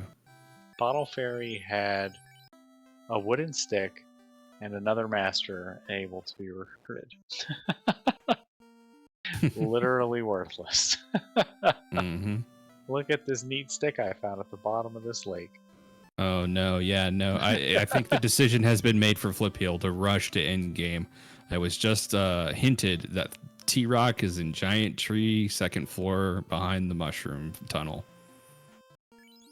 So with T-Rock being so far out of the way, not knowing where Mobius Crest is, I think the safe play for our Mystic Quest runners is to just go ahead and finish the game and send the floater via care package. Yeah, I wonder if Mirage Tower, as I'm thinking about all the places we could go, I'm pretty sure we did the volcano, or I'm sorry, the waterfall. I know the volcano is linked to... he's just gonna wait. Okay, so Ikir putting himself in BK mode. I guess we can just watch Flip Heel and the other runners. So now there's JLo's hint for the floater as well. Yep. Now, chat. Just because Flip Heel finishes does not necessarily mean that him and Ikir's team take this match. Both runners have to complete. So last partner over the finish line determines your placement here. So if Flip Heel finishes, but JLo and X10 finish before Ikir does, that will give X10 and JLo the win here tonight. And we do have a secret third team running, and Dark Moon running Final Fantasy Randomizer, and Shadow Nilmaster running Mystic Quest together. So there's a third team in the mix too. They're just not on stream. Indeed. And for some insight there, Dark Moon has already rolled done. Which Shadow Nilmaster still running. Which leads me to believe that either Shadow Nilmaster went and did the Max Chest and Giant Tree stuff and got Dark Moon the Floater, or Mirage Tower is Temple of Fiends. Because we have that chime sitting right there in our inventory. Yeah, if Floater is a red herring here, that could be a complete game changer. Because what Shadow Nilmaster does have is all of the items that are just loose in the FFR world. And there was a lot of goodies sent over. A lot of good items sent over. So if Dark Moon, Dark Moon's Gambit paid off, Shadow Nil might be rolling done any second now. But meanwhile, X10 making his way through Jin. No Mega Grenade, just going to go ahead and make the check here at Mines, get all the items. While Jayla looks like they're pausing to figure out where they want to go next. And there are a lot of options, and I think you're heading back to the Onrak region. Maybe gonna double check Onrak or the Oxio. We do that. I forgot about that. We have not turned in the Oxio. This isn't technically another entrance. Yeah. Meanwhile, Flip Hill kind of showing off the up and downside of bringing Kaylee in here. And I think forgetting that you could exit Golem out of existence quickly, taking the fight manually will cost them a little bit of time. But Kaylee has an upside and downside. She's not very powerful magically. However, she cannot be petrified. So having that ace in the hole could be a major game changer here. We'll find out. Ooh, instant death on Wyvern. Not something you want to see here. Iker making a cheeky check, going to Oxiel, finds Northwest Castle, turns in the crown to Astos, doesn't get rewarded for that, but finds a ribbon, and there's a power bonk, the Saber Gauntlet. They're hanging out, waiting for us in our inventory queue. So we can throw all that knight equipment on the ground, just keep cycling. Yeah, but it looks like white was found but not picked up. Flip Hill only has flare, so this Wyvern fight's going to be a little slower than it could be if white or meteor was found before. I believe white, I'm scrolling through our notes here, was in Ice Pyramid. So I wonder if they just faded that check in favor of just going fast, or if a hint was used by X10 and that revealed white's location. Ooh, mega white on Wyvern. That's not something you want to see. We never like seeing Dark King attacks, ever. They're spooky, and there's a reason we don't like fighting him normally. Alright, I hear heading back to the desert here, so not going to check the Mirage. There's a chance he may have already checked Mirage Tower and I just missed it. But there's another Dark King attack. Silver webs is not something to scoff at. Web attacks are terrifying, but it looks like Flip Hill lucked out there. It looks like white is in Ice Cave 16. So that could be on the table for our runners here if JLo or Ikir, if JLo finishes first, could send it over to X10, really solidifying a faster Dark King and Doom Castle in general. Have we seen Ice Cave on either of our FFR sides? I'm walking through the entrances that we haven't seen and the potential entrances we have left in my head. So we have Sardis Cave we haven't gone into or seen. So that's out there somewhere. We have the Titans West entrance, which we haven't gone into, but we have found both sides of the Titans Tunnel. We haven't gone into the 3 Cardia Islands. And I don't think we've gone into Mirage, so there are 5 entrances that we don't know where they are. Those 5 entrances, I haven't seen Cardia Forest, I haven't seen Cardia Grassy, I haven't seen Ice Cave, and I haven't seen Matoya. I'm trying to think, I think that's it. So, there's like what, a 25%, 20 to 25% chance that Mirage could be where we need to go. Yeah. Meanwhile, it looks like Jerkbird number 2 taking up the War of Attrition. It has Cure Bow available, and it looks like it's the only attack they've rolled. This attack not only does really good damage, it has really good healing. So this is a War of Attrition, potentially giving X10 the leg up here if he could catch up with a more powerful party member rather than having Kaylee.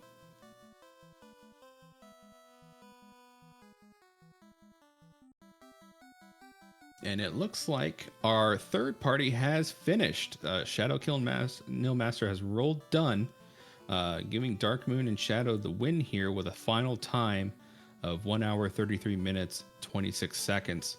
GG's to our off-screen team. GG's. Dark Moon, no slouch. Dark Moon, a former Archipelago champ with the FFR Archipelago crossover with Link's Awakening DX Randomizer and their partner Maddie. So Dark Moon definitely has a little bit of an advantage, like competitively racing FFR. So not surprised to see him do well here tonight. Yeah, not at all.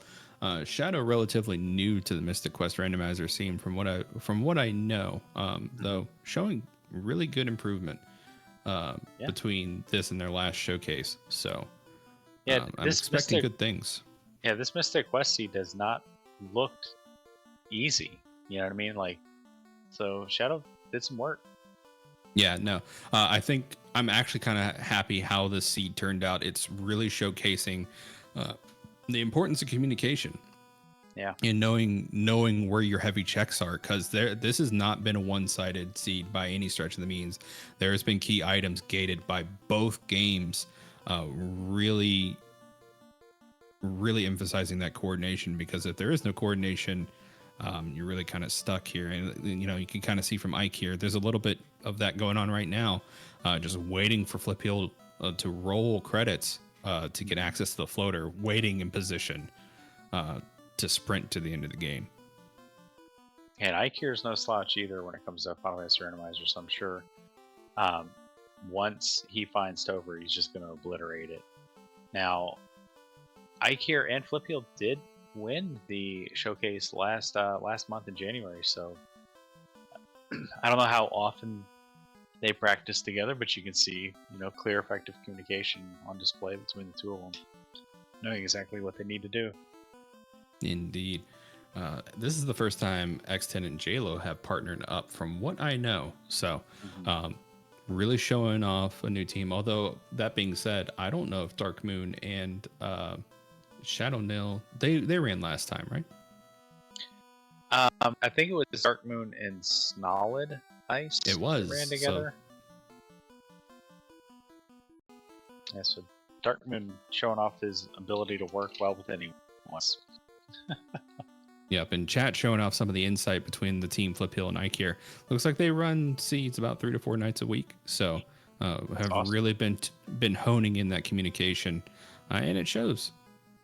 All right, and waiting at the cube teleporter is on and through. Gonna open all these boxes in Sky and kill Tiamat. Yeah, X10's gonna get a lot of goodies here in Ice Pyramid, and then from here it's just a sprint to P Tower, realistically. You gotta love finding your chime in Sky. How did I get here? Don't ask questions. We don't know. Just a couple of talking heads. Yeah. It's a good joke. Flip Heel already into phase 2 of the DK fight here. Yeah, it looks like he's about to reveal phase 3, and I'm curious if he's turned on true form mode. So there's a little option in the randomizer where you can randomize the Dark King spider form to be a different sprite from different games. So I'm excited to see what Dark King's true form is tonight. I didn't know that that's how it worked. I thought it was just from the start, and I didn't know how you would know the phase shifts if it was just dialogue prompts. But if it's, oh hey, I don't know what that is. I believe that's a Disgaea sprite. Okay. So, yeah, not limited to SNES games here. As long as it could fit into the color palette of Mystic Quest, the world's kind of your oyster. And we've had a lot of talented spriters submit some really good sprites for Dark King's true form. I've seen Pazuzu with sunglasses riding a motorcycle as the true form of Dark King. So anything can happen as long as you're within the color palette and not limited by your imagination. How will you know between phase 3 and 4? For So the 8 here, is it just the dialogue? no, there will be 2 unique sprites. So the Oh, criteria for submitting Dark King's true form is if you submit phase 3, you have to submit phase 4. Just so we can make sure the phase change is displayed appropriately. So, for instance, we have a sprite for the NES Dragon Quest, Dragon Lord. And in phase 1, it's his normal humanoid vampire-ish looking form. And then in phase 4, he's full-blown dragon. So that's how you can tell the differences between the phases. It would be really cool if all the phase 4s were required to have the red worm tentacles. Regardless of the context of the sprite, just everything becomes like an eldritch horror. I have dabbled with the idea of making holiday-themed Dark King sprites. Maybe we'll see that. But looks like Flip Heel's moving into phase 4. I think my favorite thing about the sprites for Dark King here is the fact that the sprites flicker. Some of our spriters have gotten very, very talented with basically keying in which parts of the sprites flicker. So, for instance, there's a Wario sprite, and in the phases, Wario's nose and his eyes will flicker whenever he does attacks. Fun. So, very cool talent on display with a lot of the sprites, both for player and for enemy sprites. And that's really time for Flip Heel. All right. Pretty good. That's a official time of 1:43 and 3 seconds. So. Yep. And release will happen on Crystal here. So as soon as the Crystal comes in and Flip Heel's healed, there's a release. Floater should now be in. There it is. There's the wall of text.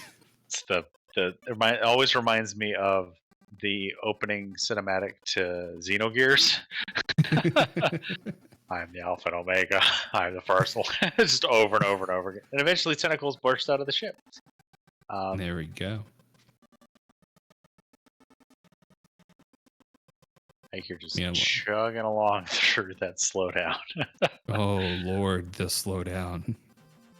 Meanwhile, X10 making short work of Ice Pyramid here, getting the rest of the goodies he needs to basically also rush go mode. So it looks like we're going to melt a snowman and get going because send a lot of goodies from J-Lo. And being corrected in chat, thanks so much. It's you shall be as gods. That's what spams the screen in Xenogears. Thank you so much, I79RS. Yeah, thank you, chat, for keeping us honest because sometimes we can't catch everything. So, like I said, shout outs to you, chat, for watching this. Hopefully, we're putting in a good show for you tonight and you're enjoying this. Quick reminder as we're going through and getting near the end here, we're doing these Final Fantasy Mystic Quest and Final Fantasy Randomizer showcases at the last Wednesday of every month. So we'll be back next month, the last Wednesday, with something new to showcase on both randomizers. Hopefully we'll lock in something soon in terms of settings, but I kind of like the idea of just changing what we're showing off on the randomizers because there's so many options for both of these randomizers. iCare is showing off another one of the newer options in the Final Fantasy randomizer with mid-Topher. So we've had long Topher. That's the Temple of Fiends Revisited, what you're used to seeing in the vanilla game. You walk up. You walk into the Temple of Fiends, you talk to the Black Orb, you get sent back into the past 2,000 years, and then you walk up 3 flights of stairs, you fight the Phantom, you use the loot, you go through the loot plate, and you go back down 3 flights of stairs. Then you start going into the basement, and on each basement floor, you fight a different fiend. It's like the boss rush mode.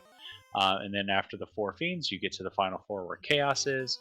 Defeat Chaos, break the time loop somehow. It's not really explained. There's not a lot of plot to Final Fantasy 1, but in the randomizer, there was a short Topher option, which was basically you walk in, you break the Black Orb, and you're on Chaos's floor. and in the room that you're in are all the boxes that are littered through Topher. And then there's a number of options where you can either fight the fiends there on that floor as just sort of spots, or there are no fiends and you just go rush chaos. Mid Topher is a new option, which when you walk in, you break the black orb there, and you come out. In the past, you can go left or right, which you can do in the vanilla randomizer. Going left would take you straight to the earth floor, and not being able to access the lich fight is not really a shortcut, but you can go down there and take fights. It's a thing. It's the standard progression. But in mid Topher, you can go left or right, and with the setting of 2 paths being enabled means that Iker went right, which put him on one path. Had he gone left, he would have fought Carrie and Tiamat because he fought Lich and Kraken going right. So all 4 fiends will exist with mid Topher and 2 paths. It's just one path will have 2, the other path will have the other 2, which is similar to how some short Tophers work. But I digress. Iker is fighting Chaos, and we're going to fast, and we're going to buff up, and we're going to see what this Chaos is cooking. 3 hits, 167 damage. We're fine. We're going to get some buffs out, and Viz 2 is going to make our party a little evasive. A handful of those in Viz stacks and Chaos's punches aren't going to be hitting us really at all if we get enough of them up, and we're going to use Wall, which basically gives whatever recipient of the spell the same resistances of a ribbon. So all status elements are resisted, including death, which is great, because that means quad X or toxic things like that, things that are death elemental, aren't going to instantly kill us. Lightning 3 comes through, that's fine. We're 11 hits, 456 damage. We're already cooking with this master.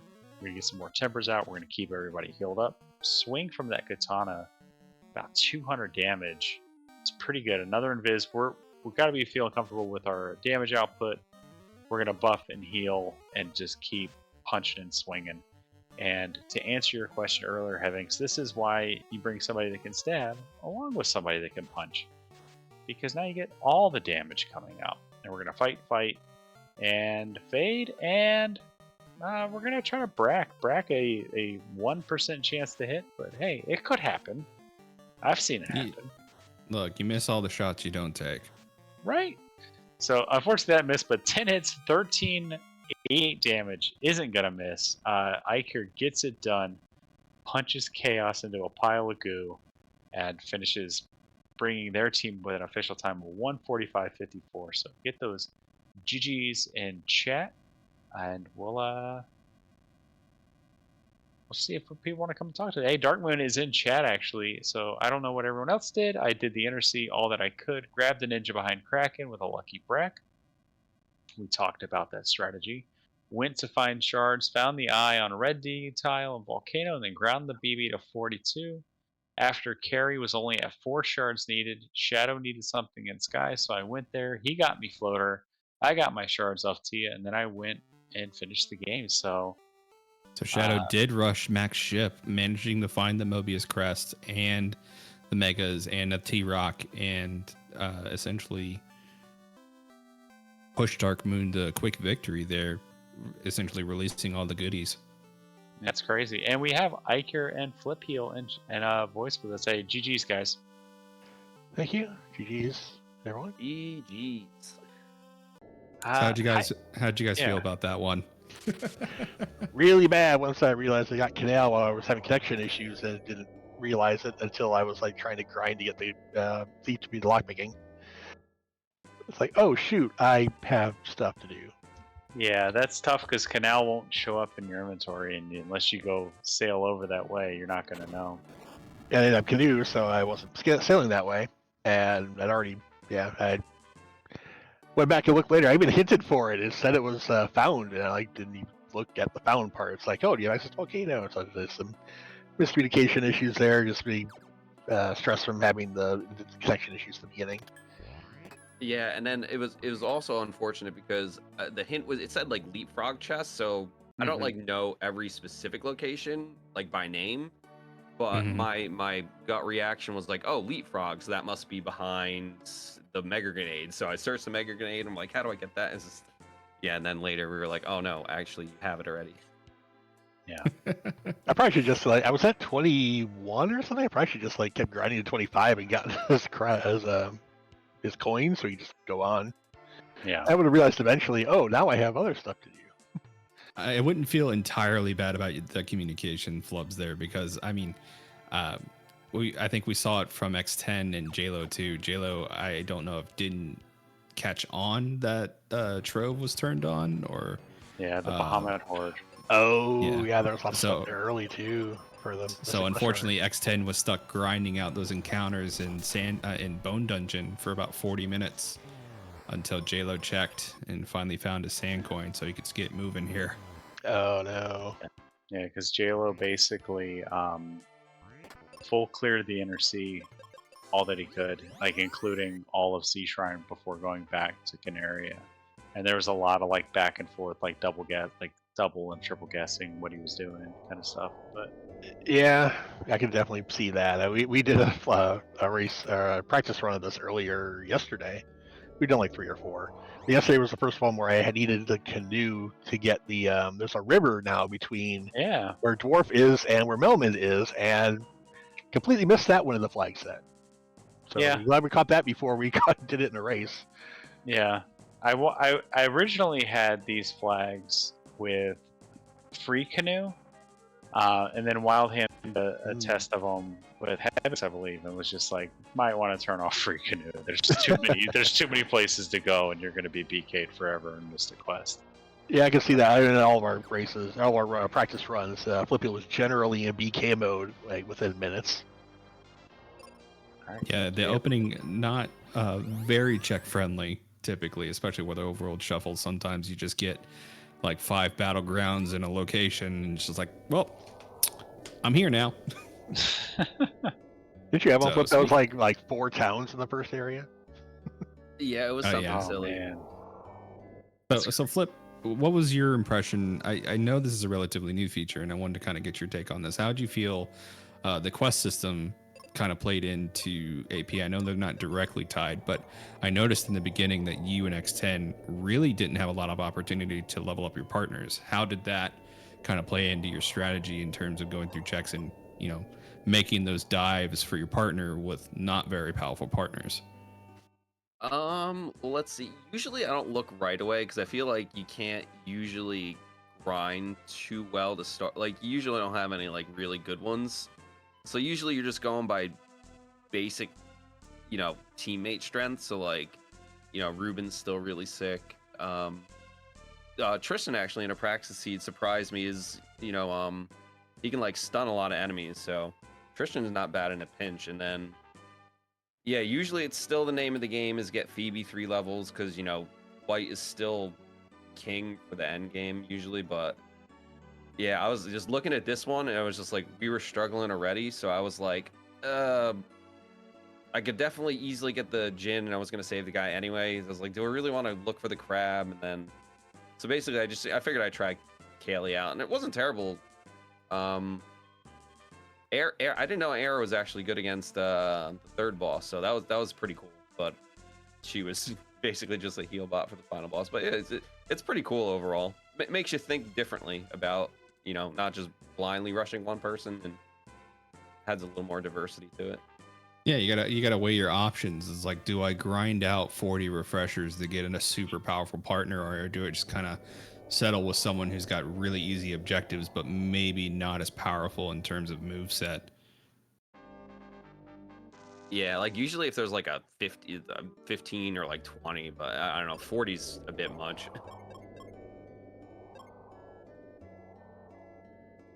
So Iker, thoughts on the FFR flags, man? I designed them to be as best of a approximation of the feeling of Mystic Quest through an FFR lens. Hence the 2-player start, the recruitable party members.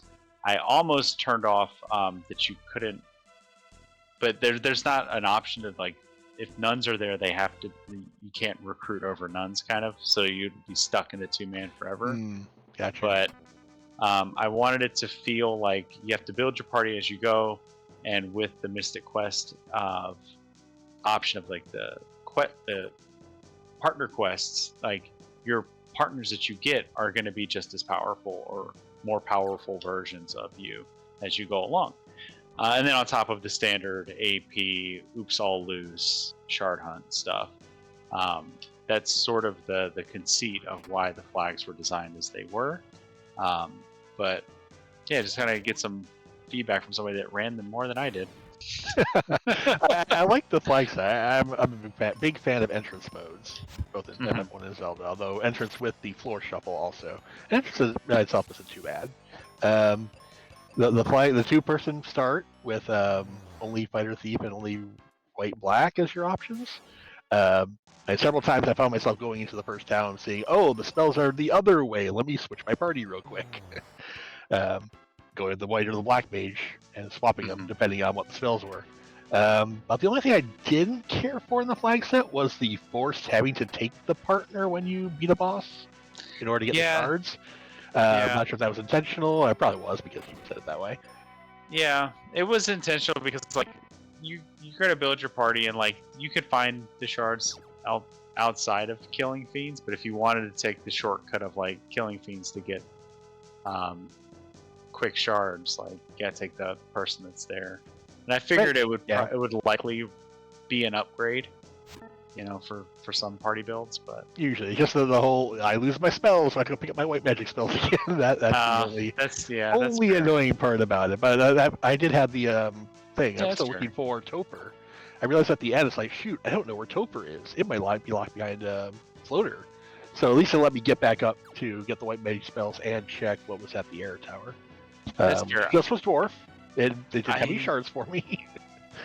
I was convinced that you were orphaning Mirage Tower entrance because I didn't see you walk into the Mirage Tower and like you had the chime in your inventory, and I was just like, I hope that's not Topher, because like I knew the Dark Moon had finished super early, and I was like, if Topher isn't floater locked, Ikir's like just waiting for nothing. And then I was like, I know I didn't see you going to Ice Cave, but then you eventually did go to Ice Cave. I was like, all right, maybe we'll double check Mirage Tower.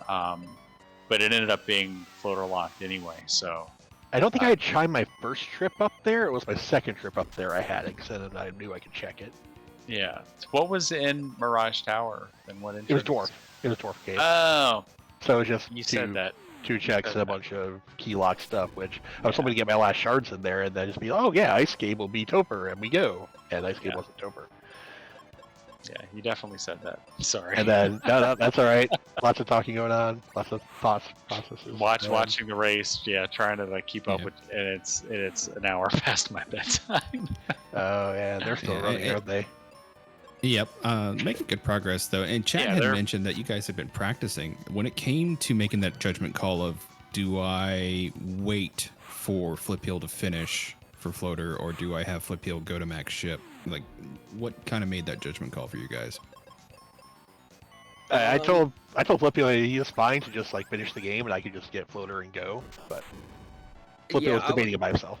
Yeah, I was like, I was originally going to do it, but then it's just being so late to all those items. I was like, because at first I had to get the rock, which was in the giant tree, which is never fun. So I'd have to go in there.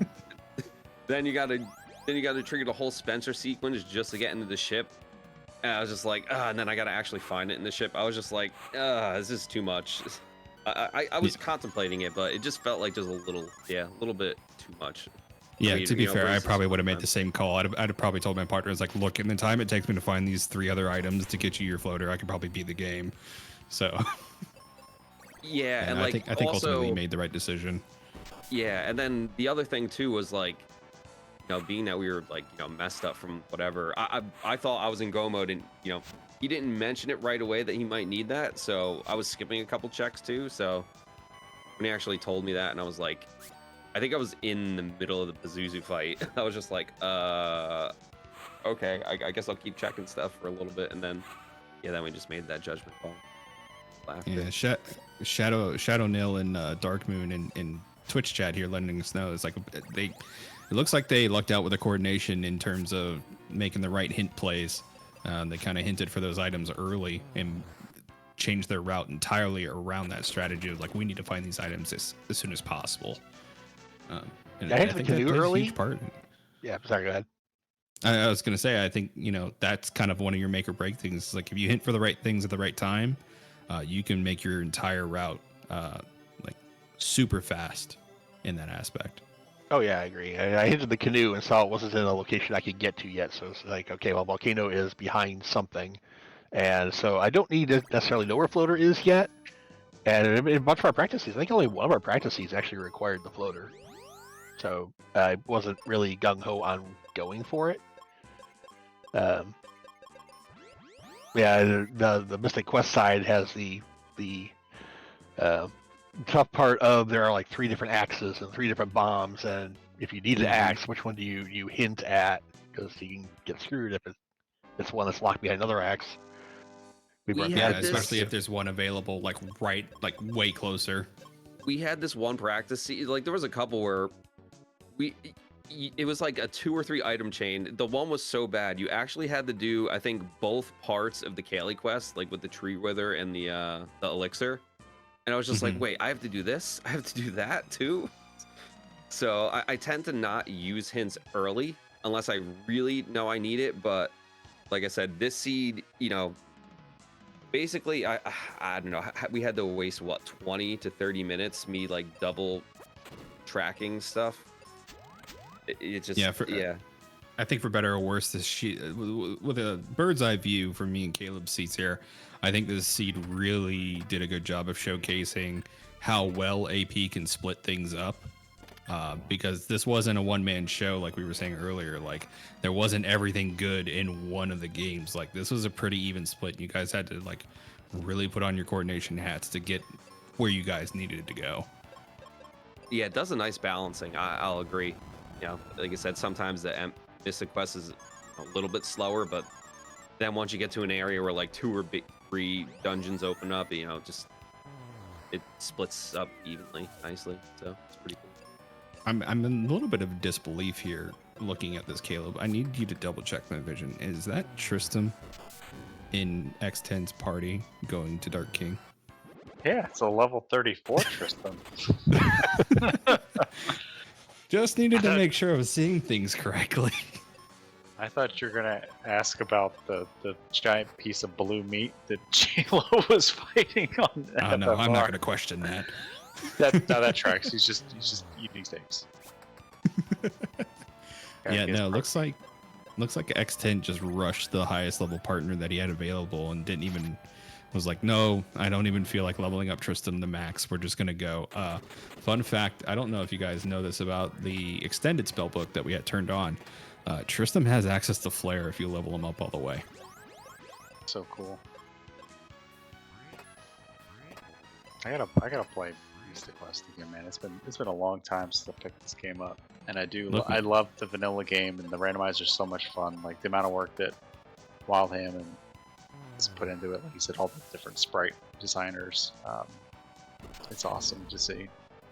Yeah, looking forward to the everything show. I'm thinking about submitting one of those for these showcases. Ikea, are you thinking about picking up Mystic Quest? Trying it out? I have not played Mystic Quest in years. I'd have to run through the vanilla before I do randomizer again. There is shameless plug. Yeah, we have enhanced vanilla on the beta site. So if you go to dev.ffmq.net, you can play the vanilla game with the speed hack applied with double XP and half enemy encounters. I must check that out because it was a good game. Mystic was a very good game, so I'll look at that. Thanks. Yeah, no problem. So in terms of your guys' final dungeons, I know we talked, Flip Heel, about your trek up to Doom Castle. Ikea, was there anything that stood out about that mid Temple of the Fiends for you? I like it wasn't very punchy. He nuked me or no, Lich nuked me, which is crazy for him. He doesn't do that. But yeah, otherwise, I like the mid with the quick ones, and you get your choice of 2, but you still have to walk through them. I tend to like mid better than shorter, I guess, for that reason. Yeah, I liked it. The final Topher once I found it. Usually, I told Flint to finish because like he was concerned about he's a finish way before me. It's like it takes me 5 minutes to find Topher and go through it with levels I had, and it being mid. Yeah. I love mid Topher. It's my new like favorite FFR option. Yeah, I think like short Topher is just too fast. Like once you get your go mode, you get the Topher, you're like done in a minute and a half. It's like okay, well that was anticlimactic. Yeah, and if Topher's gross, you keep throwing yourself at it over and over and over again, and eventually it'll just break through with short Topher. Mid Topher, it gives you a little bit more pause because there are enemy encounters to maybe navigate around, but you know, it's not quite as quick of a Shorter walking paths too. Yeah, I like that part. Yeah. So I gotta ask, if you guys could make the seeds for next month, what options would you like to showcase? What's some of your favorite settings you want to see coming up? Oh, my interest is my favorite. So I'll look through these once you answer, Flip. Yeah, I don't know. Really just a huge entrance guy. Like I said, the everything. It's a lot longer, but it's fun. I tend to not really care too much about like overcomplicating the battles, but the new extended quest is pretty cool. At first I was like but it's nice. Yeah, I'm thinking about submitting some true chaos next month. We'll see if anybody bites, but I'm thinking like everything shuffle with the extended quests and extended partner location shuffle, and just really going to town, turning on Crush Shuffle and really making it a puzzle. But we'll see. We'll see if that turns out to be AP friendly. Because you got to consider your partners in these settings. I can't just turn on everything difficult and say, go, be free. There's a lot of care in crafting these. Honestly, horizontally flip dungeons. That would be fun. Yeah, flip dungeons is cool. I wish like that one. I wish box shuffle worked better for AP. I love box shuffle so much. Oh yeah, I played that a few times. It's a lot of fun. But it doesn't work with AP, and if it does, like, and I know that there's like I think Tetron has a dev build for it where it works, but what box shuffle does, Heavings, is it takes all the boxes in the vanilla game and takes them out of their rooms and just shuffles them all up. So like that Volcano Armory floor where there's that big cluster and then the long winding ways, you could just have treasure chests like smack in the middle of those like winding hallways and like nothing in the middle of the normal cluster. But and then like all the other rooms on Carrie's floor, like you have to go into, or all the rooms on the Kraken floor you have to go into. Yeah, the Carrie one is a lot of fun when that happens. Yeah, you just work your way around clockwise until Carrie's your, yeah, it's fun, but it doesn't work with AP because like if you hint for a location, good luck, buddy. I had heard talk among the FFR community about doing a little more AP work and someone tackling the names of all the chests, but that sounds like a tremendous undertaking. Preemptively, my heart goes out for whoever takes on that work. The naming stuff, like Darkmoon kind of spearheaded that about a week ago, and basically has that sort of worked out. Like there's still some probably back end work to do development wise, like with coding and stuff, but they're named at least. It's just a matter of implementing it into Archipelago and moving forward from there. But JLo onto Chaos now as X10 in a PowerPoint slideshow of this Wyvern fight. Yeah, the Wyvern, I didn't want to draw too much attention to it, but Wyvern's really been giving X10 the business here, especially with confusing Tristram and Tristram just using that garbage Quake spell to do just enough damage to be annoying to the party and not to the boss. Not really having a lot of good offensive options on the table either. So it's a matter of either losing turns to triaging Tristram or having to, deal with, Quake hitting the party, or Mega White, because Mega White's also on the table. Because why not? This was definitely the hardest fight, I think, in the whole thing. I mean, the fourth guy, Za was mildly annoying, but yeah, this, like, every other hit, pretty much every hit, this guy was basically the Dark King of the gauntlet. Yeah, having the two most intimidating attacks being shuffled into his attack rotation, definitely not doing anybody any favors. Mega White's terrible on the best of days, and you never want to see Silver Webs. Like, yes, you guys are immune to it as Ben, but none of the partners have nearly the amount of immunities that Ben has. So any of them getting hit, I don't think any partner has resistance or immunity to confusion, and confusion can really KO a party, especially if it's on a partner. Oh yeah. The first thing he did was paralyze Kaylee. I was like, oh no, is this gonna be a nightmare fight? But thankfully, after that, he was pretty tame. Yeah, and it's kind of the RNG, and I kind of wanted to double back to that because I saw you and X10 take on Hydra with like level 1 partners. Like, yes, you had Flare, but I can't imagine going through that fight with someone so low level. I figured it was worth a shot. Like, worst case scenario, he does a lot of damage, but then the damage was actually tame in the first fight anyway. But like, he had to have been almost dead on my side. I don't know how far. I figured it was worth a shot, right? Because coming back there, the walk back, it's pain. It takes forever. It's easy to leave. It's hard to get back in there. So I felt your pain. Trust me. I was like, man, he's there, and he was close. But honestly, I would dip if I didn't have a partner at least at phase 2 of their quests. On like speaking, I think the only upside in X10's formation here is the fact that Tristram is just so darn fast. Mm-hmm. At this level, I think he's got like 90 plus speed, so he's always going to go first, for better or worse, always, unless he loses a turn to breaking out of confusion. Like, the man is speed, but he just doesn't have a lot of offensive power unless you get him to max level. But that's GG's for JLo. Rolling the final hit on Chaos there, releasing everything to X10. So X10's probably going to get a big power spike when he gets out of this fight. And he gets through it, so like it took some time, but X10 showing off the sort of veteran strats of just perseverance. Oh yeah, no. Some of the best strats in this game are beat your head against the wall until you win. Yeah, sometimes your head's harder. Yeah, sometimes. And sometimes it's the shop logic of you are the softest piece of equipment in this room. Oh man. I will say, I was glad that Exit wasn't buried in the seed and didn't even have to hint for it. Especially after that rough start. Yeah, no, I felt like that was like a really great reprieve for you guys. Like, as soon as you guys get to the second region that you had available, it's like, oh, by the way, here's Exit. And it's like, thank the Lord, hallelujah. Although I did see you had to fight a little girl to get that Exit spell. Oh, yeah.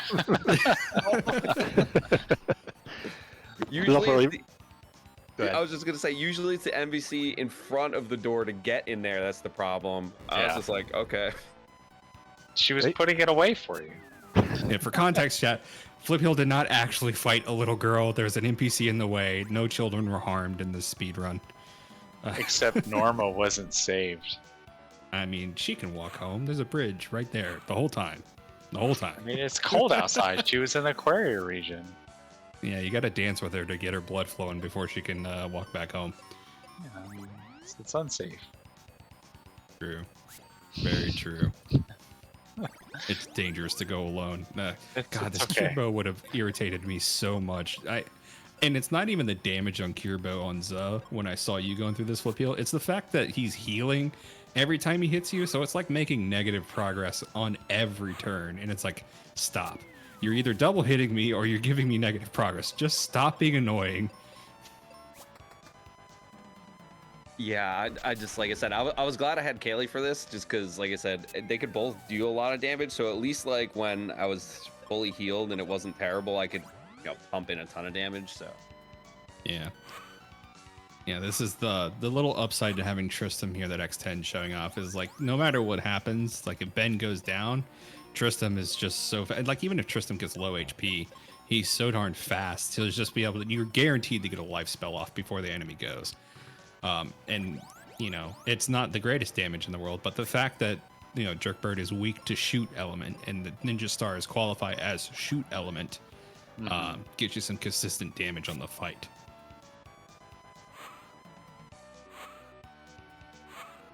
But I don't think we saw anything too crazy from Dark King himself. Like I saw some double fire, but aside from that, nothing really terribly threatening besides a paralysis at the very start of the fight in phase 1. Yeah, the first, I just remember the first two were the most annoying. Because I think I had to heal basically had to heal every time anyway, because Kaylee's damage is weak, but more damage than the other phase, I think. Yeah, that's the only downside to bringing Kaylee is like, yes, she has resistance to petrify, but she has nothing really offensively to bring to the table. She's really just kind of a heal turret. Oh man, that 1900 must have felt great for X10 getting that kill. I know I'd have popped off there, but I mean, Ruben has white, Phoebe has white, and if you max out Tristram, he's got flare. So all three other party members have something good offensively to take on the Dark King. Kaylee's the only one who just kind of has like, I got a big axe that does damage. I'm here. Yeah, I'm here. I'm healing and sometimes hitting. But I also can't be turned to stone, which is spooky. Like I'll never downplay how spooky petrification is in this game because it can ruin an entire like fight. Like in just one turn, it's like there it goes. There's the fight. It's gone. Rip. Yeah, you're ready to heal your other party member who's at like 100 HP. Petrify. Oh, okay. Yeah. Oh, I guess that's a wasted heal unless I psychically determine that life should have been used instead. So quick phase I 1 wonder, though. Yeah, I wonder what X10's Dark King. Will it be the same or will it be different? I think it's tied to the seed. We have the Okay. developer handily available. He might be able to answer that for us, but I do believe that your randomized sprites are tied to the seed. So like when you choose random for Ben's sprite, it's also tied to the seed. Okay. Speaking of random sprites, we have the alternate fiends next time. Oh, We kind of that's go along fun. with the Mystic Quest stuff, being able Yeah, to change the I- boss sprites. I didn't know you guys had that. That'd be awesome to show off. And they're like, it's more than just sprites too. Like they have different boss scripts and stuff. Ooh. Like Sounds they're all like kind of interesting flavored to after showcase. other Final Fantasy bosses. Like there's Gilgamesh and Rubicante and Kanyazo and other FF4 bosses, other FF5 bosses. It's pretty neat, and they're all like kind of like redrawn sprites based on the 16-bit art scaled down for the NES. They look pretty good. Like there's a Gilgamesh sprite. It's pretty cool. Oh no. Yeah, phase 2 really giving you the business there and kind of showing off that you can't just shirk off curing that petrification on your partner, because I feel like paralysis is like the second most deadly status ailment you can get in the game. Like once you get paralyzed, it's RNG entirely on whether or not your partner breaks out of it, and it can last for 1 turn, it can last for like 10. The game just is like, I feel like it does a coin flip on every turn, and it's like no, no. So trying to brute force it here or even do double cures, I would just go ahead and pop life on Tristram and keep moving, because a free partner is better than a paralyzed partner. Paralyzed partners can't pick you up. And there's another paralysis. Good lord, he loves those skulls. That's one thing about Final Fantasy 1. All the scripts were nice. Enemies were nice. They didn't have any like nukes or thunder. There's like one thunder I think I saw. Like JLo found granted it was on imps, but Toxic and Brack on imps. Oh, I don't think I remember running into imps. Like that's kind of gross. But I wrote one yesterday that had nuke gargoyles, along with nuke skeletons. Oh my god, there's a gold web. Oh no. Gotta get out of that phase 1. Run. Run. Yeah, run lovingly into phase 2, which is going to light him on fire. Yeah. This is not a nice Dark King. There's a reason we refer to him as the Great Equalizer.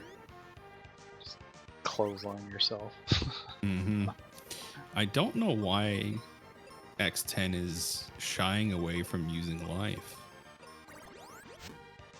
Hopefully he gets some good Maybe he's- RNG here, though. Yeah. Maybe he's just trying to speed and power his way through Maybe. to get to phase 3. So did you get to use exit at all on Tristram Flipeel during any of your practice? Is it level 2 or level 3?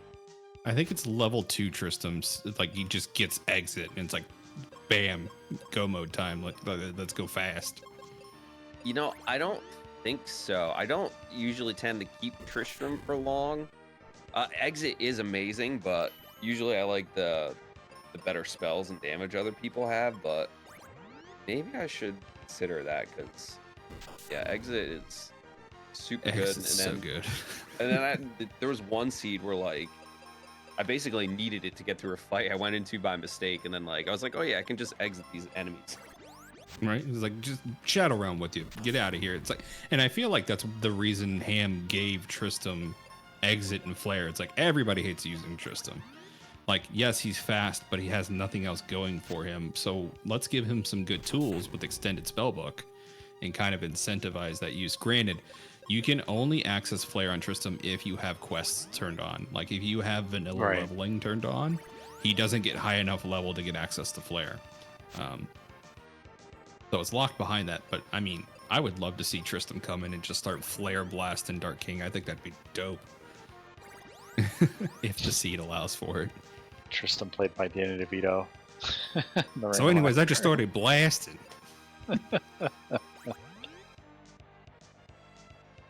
Yeah, because like basically, like I said, I prefer being able to get through fights fast. I feel like even I guess you could exit, but yeah, if you exit enemies, you don't get the XP. So I tend to like I said, usually favor. Yeah, that's fair. BB. Ooh, making it into phase 3 now. I think Well, I we feel like got- from here yeah. on, this is pretty safe. Like phase 3 and 4 weren't too terrible to you. Yeah, I think it was all like 300 to 400 hits, maybe one 600. Yeah, and chat, keep me honest. I made a guess that this character is from Disgaea based on the artwork. This isn't a Disgaea character, right? Like, I'm not going crazy, am I? I might be. Unrelated to your knowledge of the sprites or origin. I mean, yeah, no. For playing this game as often as I have, I do have to be a little bit of crazy to be still playing Mystic Quest Randomizer as much as I do. But I love it. It's great. It's a great randomizer. Yeah, no, it's really a testament to how well the randomizer has been made. Speaking of things being well made, that double axe is spooky as all get out. There we go. There's some triage. I was like, please, X10, heal up before you get double axed again. More Yeah, quick this axe. one's really smooth. Because a long time ago there was another one, right? But it was a bit wonky or something. I forget. I think I tried it, but Yeah, no, it was not very well. It wasn't very logically sound. Essentially, what could happen is you could have weak items overwrite your more powerful items. You can get like duplicate items. So like you could get like 3 Apollo helms or stuff like that. Like it wasn't very logically sound and it didn't have the speed hack applied to it. So a little rough going from what I've heard about it. And I've never played it myself. But there's a couple of veterans in the Discord that'll tell you horror stories.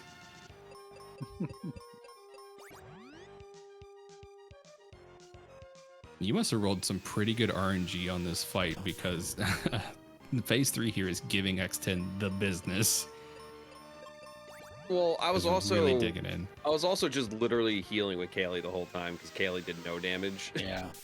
Fair. So you had double cure basically every turn, whereas Tristram only has life on his side. Yeah, I think that's the only other reason why Tristram is, for the end game is kind of because Cure is just I guess both of them is better. But like you can get a buy with life on character. Yeah, no, and we were explaining those merits earlier. It's like, yes, life fixes everything, but it doesn't fix both people at the same time. It is only single Right. target. So it happens more often than you think. Like having to use defend and having to use cure really comes up at the high end play of this game. X10 at phase 4, he's so close. Come on, chat, give us some of that positive energy. Let's get X10 over the finish line.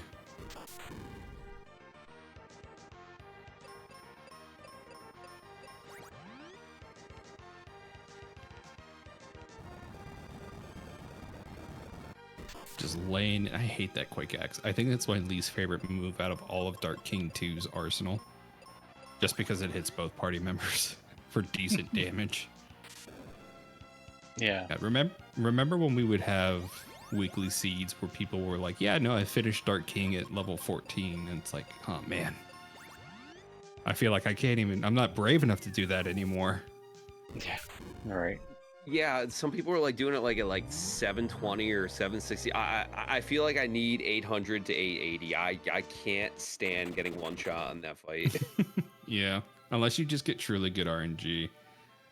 And that's GG's for X10. That is our last runner across the finish line with a final time of 2 hours 24 minutes. Really not bad for an AP game. And this wasn't exactly kind to them in the early game either. And we are joined in the booth by X10. GG's, X. Thank you. Little unfortunate getting BK'd there so early, but really showing off your knowledge set of the game. Just keeping up that grind set. I think you were matching Flip Heel's levels the entire time you were BK'd just by grinding out Bone Dungeon encounters. Like, no joke.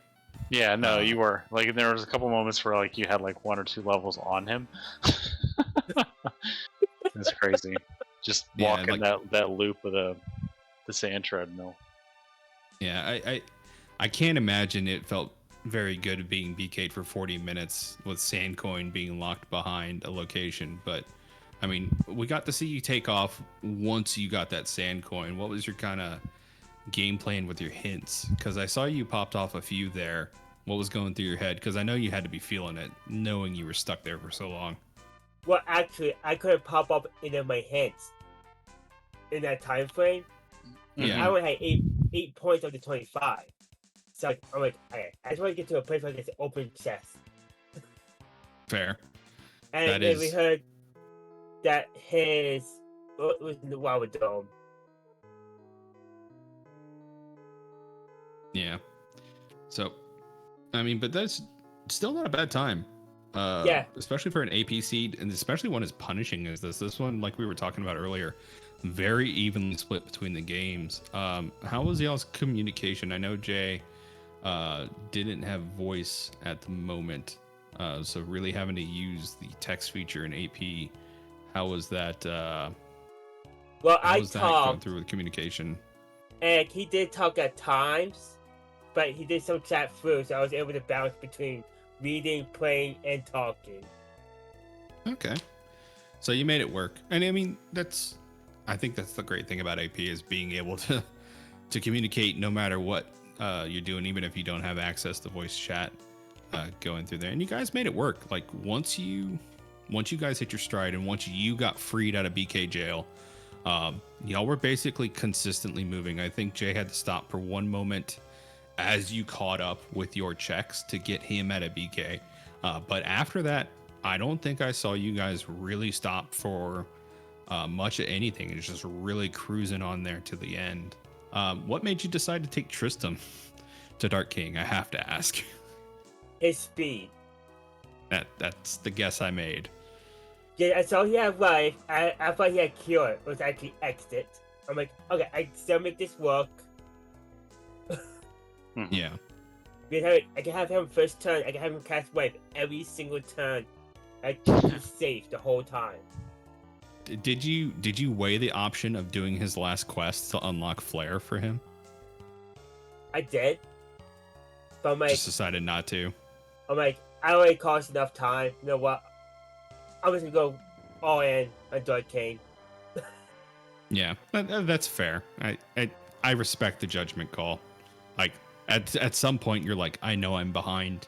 I've been BK'd for too long. Like there's a play I gotta make, and hopefully it pays off. And I mean, like I said, you guys make good time, and that dark game was not nice to you at all. Like No. Flip Hill made him look a little easy because he had Kaylee, so he had triage every turn. But like he was beating the heck out of Tristan. I feel like every boss kind of put Tristan to the ringer in some way, shape, or form. I just knew I could recover. Like I saw his attacks. I'm like, okay, I went a few the first few times. I'm dying. I'm like, okay, this is what I need to do and prioritize this in this order. Gotcha. Well, I did want to go ahead and pick your brain. What'd you think of the seed? I apologize in advance. I am the one who rolled this one. You're Well, the the settings new at seed. least. I want a new seed. I rolled the settings. Let me correct myself. I rolled the settings. Ham was the one who rolled the seeds themselves through AP. I wonder what the first seed would have been like. The one that had 0% hints. Oh man, that would have been. I mean, completely up to RNG. Yeah, a little technical difficulty at the very, very start. Ham accidentally rolled the AP settings with no hints. So Yeah, you guys have figured it out. Just do it. You know, just play the game. You'll win eventually. We do have J-Lo hanging out in chat. Let us know that he doesn't have a voice at the moment, but said felt bad about forgetting about Bahamut Horde. Kind of hurt the early game. Yeah, I kind of figured that was the case. That you just kind of. I mean, Bahamut Horde isn't a very common feature in some FFR flags, but I wanted it to be a kindness and not a troll, and it ended up trolling him. So I gotta apologize for that. It happens. I'll probably do the same thing. Oh, it was the reverse. Getting JLo letting us know it's like it wasn't that you guys would have 0 hints, is that you would have unlimited hints. This would have been a much faster seed, I think. I think we'd have been sub-hour if you guys had unlimited hints. It's like I need this, I need this, I need this, I need this. Where? Go. Yeah. I have a nice notepad document of everything because I don't know if anyone else struggles, but like putting like the actual hints in the archipelago is such a nightmare. Like you have to like click it twice or something. So I just like basically control paste most of the hints. Oh man, yeah. No, I've essentially kind of memorized all the item names at this point for having played so long, so I can get most of my hints first try. But like memorizing the fact that the wizard spells are called seals was a bit of a rough start for me. I was like, what the heck are these calls? I'm looking up flare and I'm not getting anything. It's like, you have to say flare seal. I'm like, oh, that's silly, but I guess that's what it's technically called, so I'll call it that. I'll be honest, I'm horrible at spelling. So when it comes to spelling Mobius Quest, I misspell it every single time. It's like you're stuck in an infinite loop trying to spell Mobius. Yeah. It's like Morbius. Like no R. Without the R. I had a seed Morbin with the time. vanilla Mobius crest. I was like, wait a minute, I need crest for this. Oh man. Well, I did want to go ahead and steer things towards the end here, but I did want to give you guys some options for some final thoughts. Flip Hill, since you finished first, I want to go ahead and give you the honors. Any final thoughts? Any shout outs you want to put out there?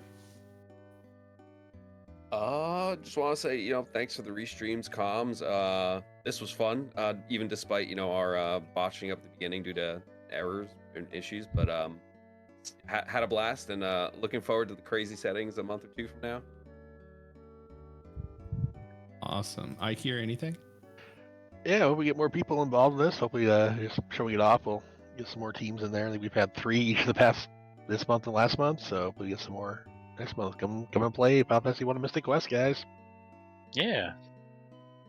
Yeah, and Caleb, where can but let's go ahead and give X10. X10, anything you want to shout out? Like everyone says, come on, join us. More in the merrier. Well, Caleb, if they want to find the Final Fantasy Randomizer in the Discord, where can they go?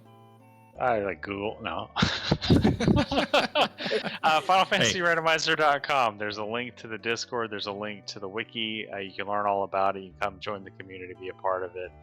If you're on the Discord community, you can go to the role requests and get a spectator role and just kind of so you can get pinged every time there's a race going to happen.